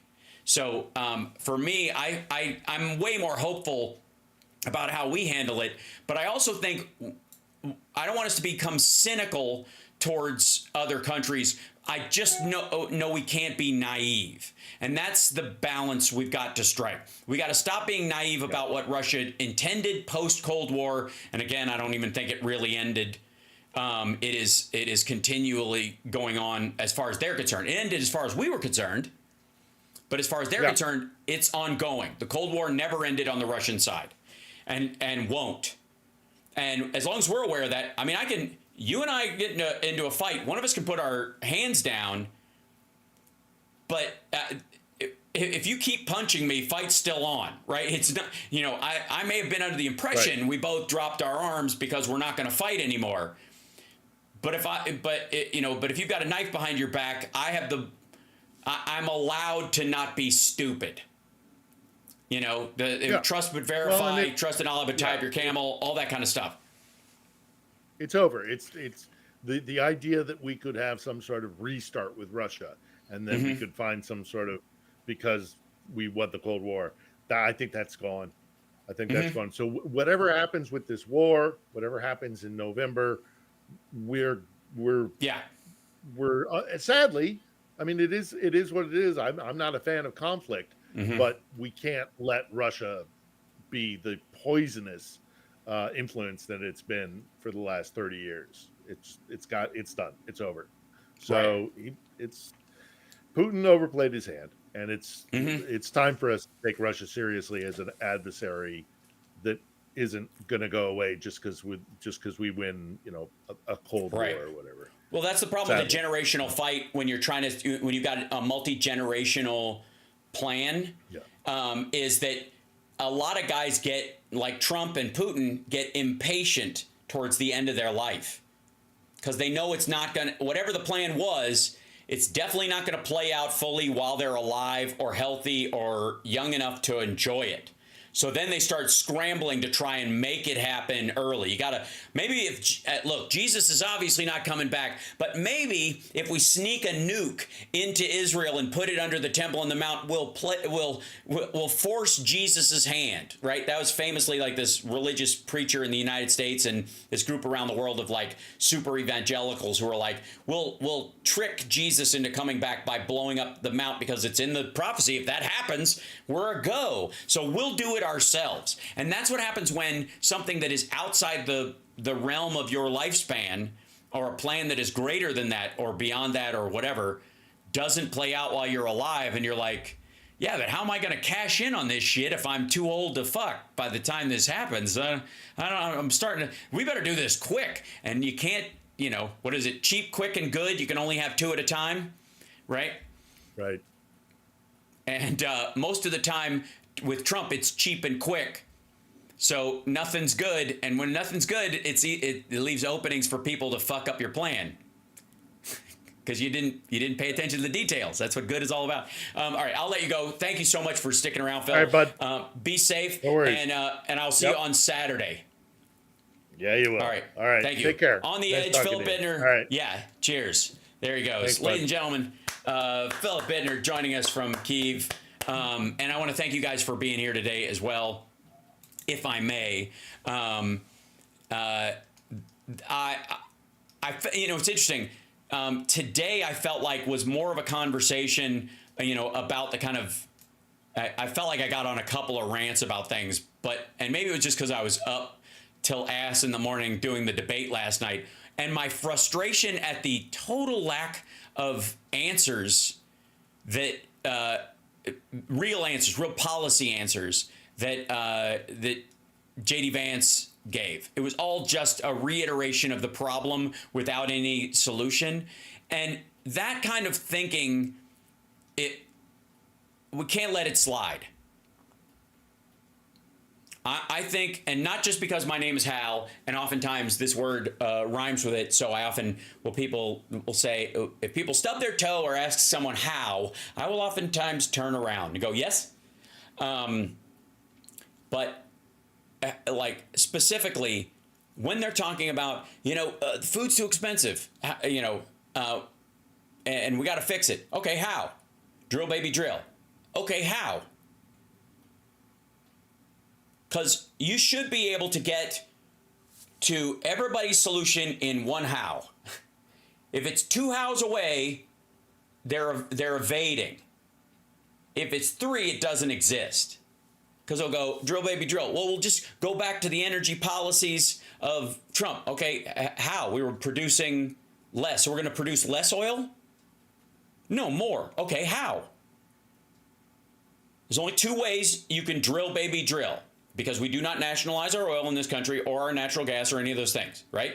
Carrot or the stick. You can either pay oil and gas companies to produce more oil and gas because they're going to lower the value of their commodity that they're selling. So you got to make up that loss for them by paying for it with the tax dollars, with the money of the citizenry, or stick. You got to force them to do it. Tighten regulations, threaten them. I guess threaten to take away leases, hand them to somebody else, whatever. How? Yeah, the why, again, should be self-evident or it's not an issue. The why will be answered in that people, otherwise they will bring it up and it doesn't go anywhere. The why will be self-evident if there's even a conversation about it. It might be a distraction. They're like, why build a wall, for example, when there are way better ways to stop immigration? But that's an answer to the how question on how do you lower immigration, illegal immigration coming across the southern border, for example. A wall. Why would the wall do that? They just tunnel under it or climb over it. They can't. Well, they have. Well, they won't anymore. Why? Why won't they? Well, because we'll use technology. Aha. So can you use technology in the first place? Aha. Wouldn't bad terrain and technology be better than building an access road? Yeah, see where I'm going? Okay, so the other thing is how? How? And don't be afraid to ask that question. And if they say go back to the policies of whatever when it's Trump, especially when it's maggots that you're talking to, when they go, well, go back to what Trump was doing.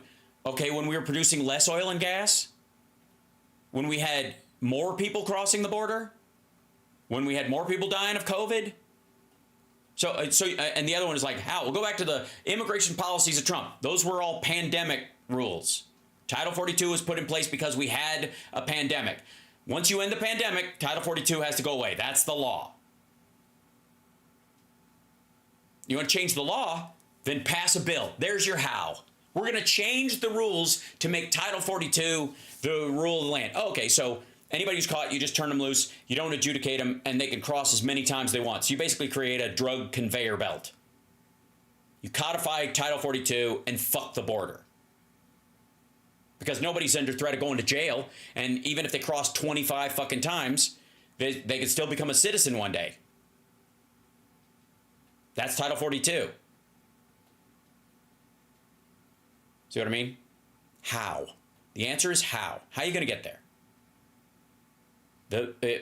Walz's answers were a bunch of how last night. Tax credits, negotiating, allowing Medicare and Medicaid to negotiate prices, the VA to negotiate prices for drugs, ultimately any member of the ACA to be able to do it, because that's what they're aiming at. That's why the Republicans are trying to stop it. What they want is the exchanges, the government version of the ACA, what would be effectively a single payer system that could be set up as a backstop for all the people who are kicked off, can negotiate those prices. So even though the pool might be smaller and sicker, the drugs are cheaper. See how that works? That's why they're fighting it. That takes time. That takes that takes work. That takes incremental progress. It's not if I don't get everything, nobody gets anything. There you go. So anyways, I love you guys. I appreciate you so much. Thank you for being here. You're wonderful. I will see you guys this afternoon. Yes, and also Otis says, House Sparks, and don't forget, pass the damn bill. Pass the border bill. This is the one thing that I feel like Walz could have done better in this respect. There's lots of bills out there. Pass the border bill. And that's the phrase. Not pass the damn bill, not pass the bill, because he even said it last night, pass the bill. Pass the border bill. Say that. Attach the word border to the word bill every single fucking time. Super important to the messaging, always and every time. And I know people in the campaign and stuff watch my show. Hi. I love you guys. Big hug. And I'm totally cool with being the redheaded stepchild and you stiff-arming me because of the saucy language I use. I will say for the record that I've never called for violence, nor shall I, and I think that gives me a pass and I can say fuck all I want. That said, I'm cool. Go with your heart, but you gotta win elections, right? But just do this for me. Pass the border bill or pass the damn border bill, that's fine. Also, damn kind of sounds like a border thing, sounds like a dam, stop the floodings out of the dam. Pass the damn border bill, that works. But the word border has to be in there. Yep. Is it up to Mike Johnson? It doesn't matter. We're trying to force their hand, Mr. WW. I'm just like, yes, you're right. It does require him to do it. But that's what the pressure's about. And we're saying this. We're not saying this to Harris or to fucking Walz even. We're saying it to the House and the Senate, who could bring it up and actually pass it. And anytime they bitch about the border at all, pass the border bill. Pass the border bill. That's it. And you don't have to go any further. It has this and it has this. Just say, pass the border bill. You see what I mean? Pass the bill or pass the damn bill. Could be any bill you're talking about. You could clip it. It could be about anything. Pass the border bill. Languaging matters, especially in a campaign with this little time. Like, subscribe, give a thumbs up, support the show. Patreon.com/HalSparks. Great way to support the show. You guys are wonderful. Thank you, thank you, thank you. Unlike Donald Trump, I don't go, I want to thank you. I actually do it. Like Joe Biden. Thank you, thank you, thank you. Thank you, thank you. When I'm really fucking old, this is going to be one of those habits you guys make fun of me for. That he picked that up from Joe Biden. Thank you, thank you, thank you. And he does it all the time.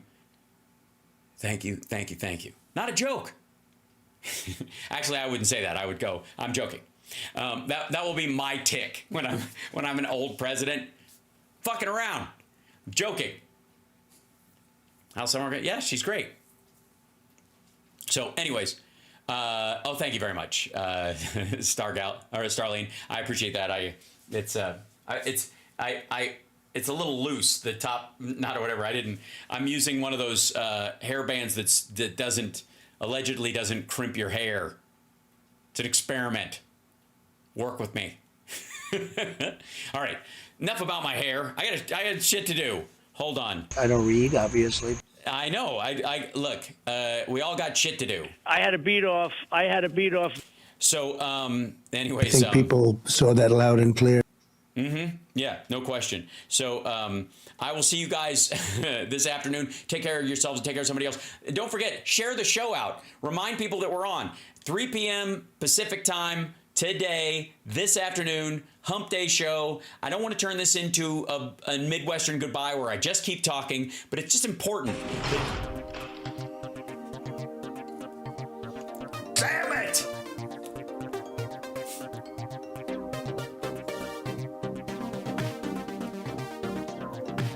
Heard that Saudi Arabia and Russia will repeat your. Lumpy pillows, kiss my ass. Asshole. He can do things with his tongue you wouldn't believe it. Don't touch my hands because they're dirty. Oh yeah, that's normal. They're going to be a country no more. I actually think it will not. It will be a country no more.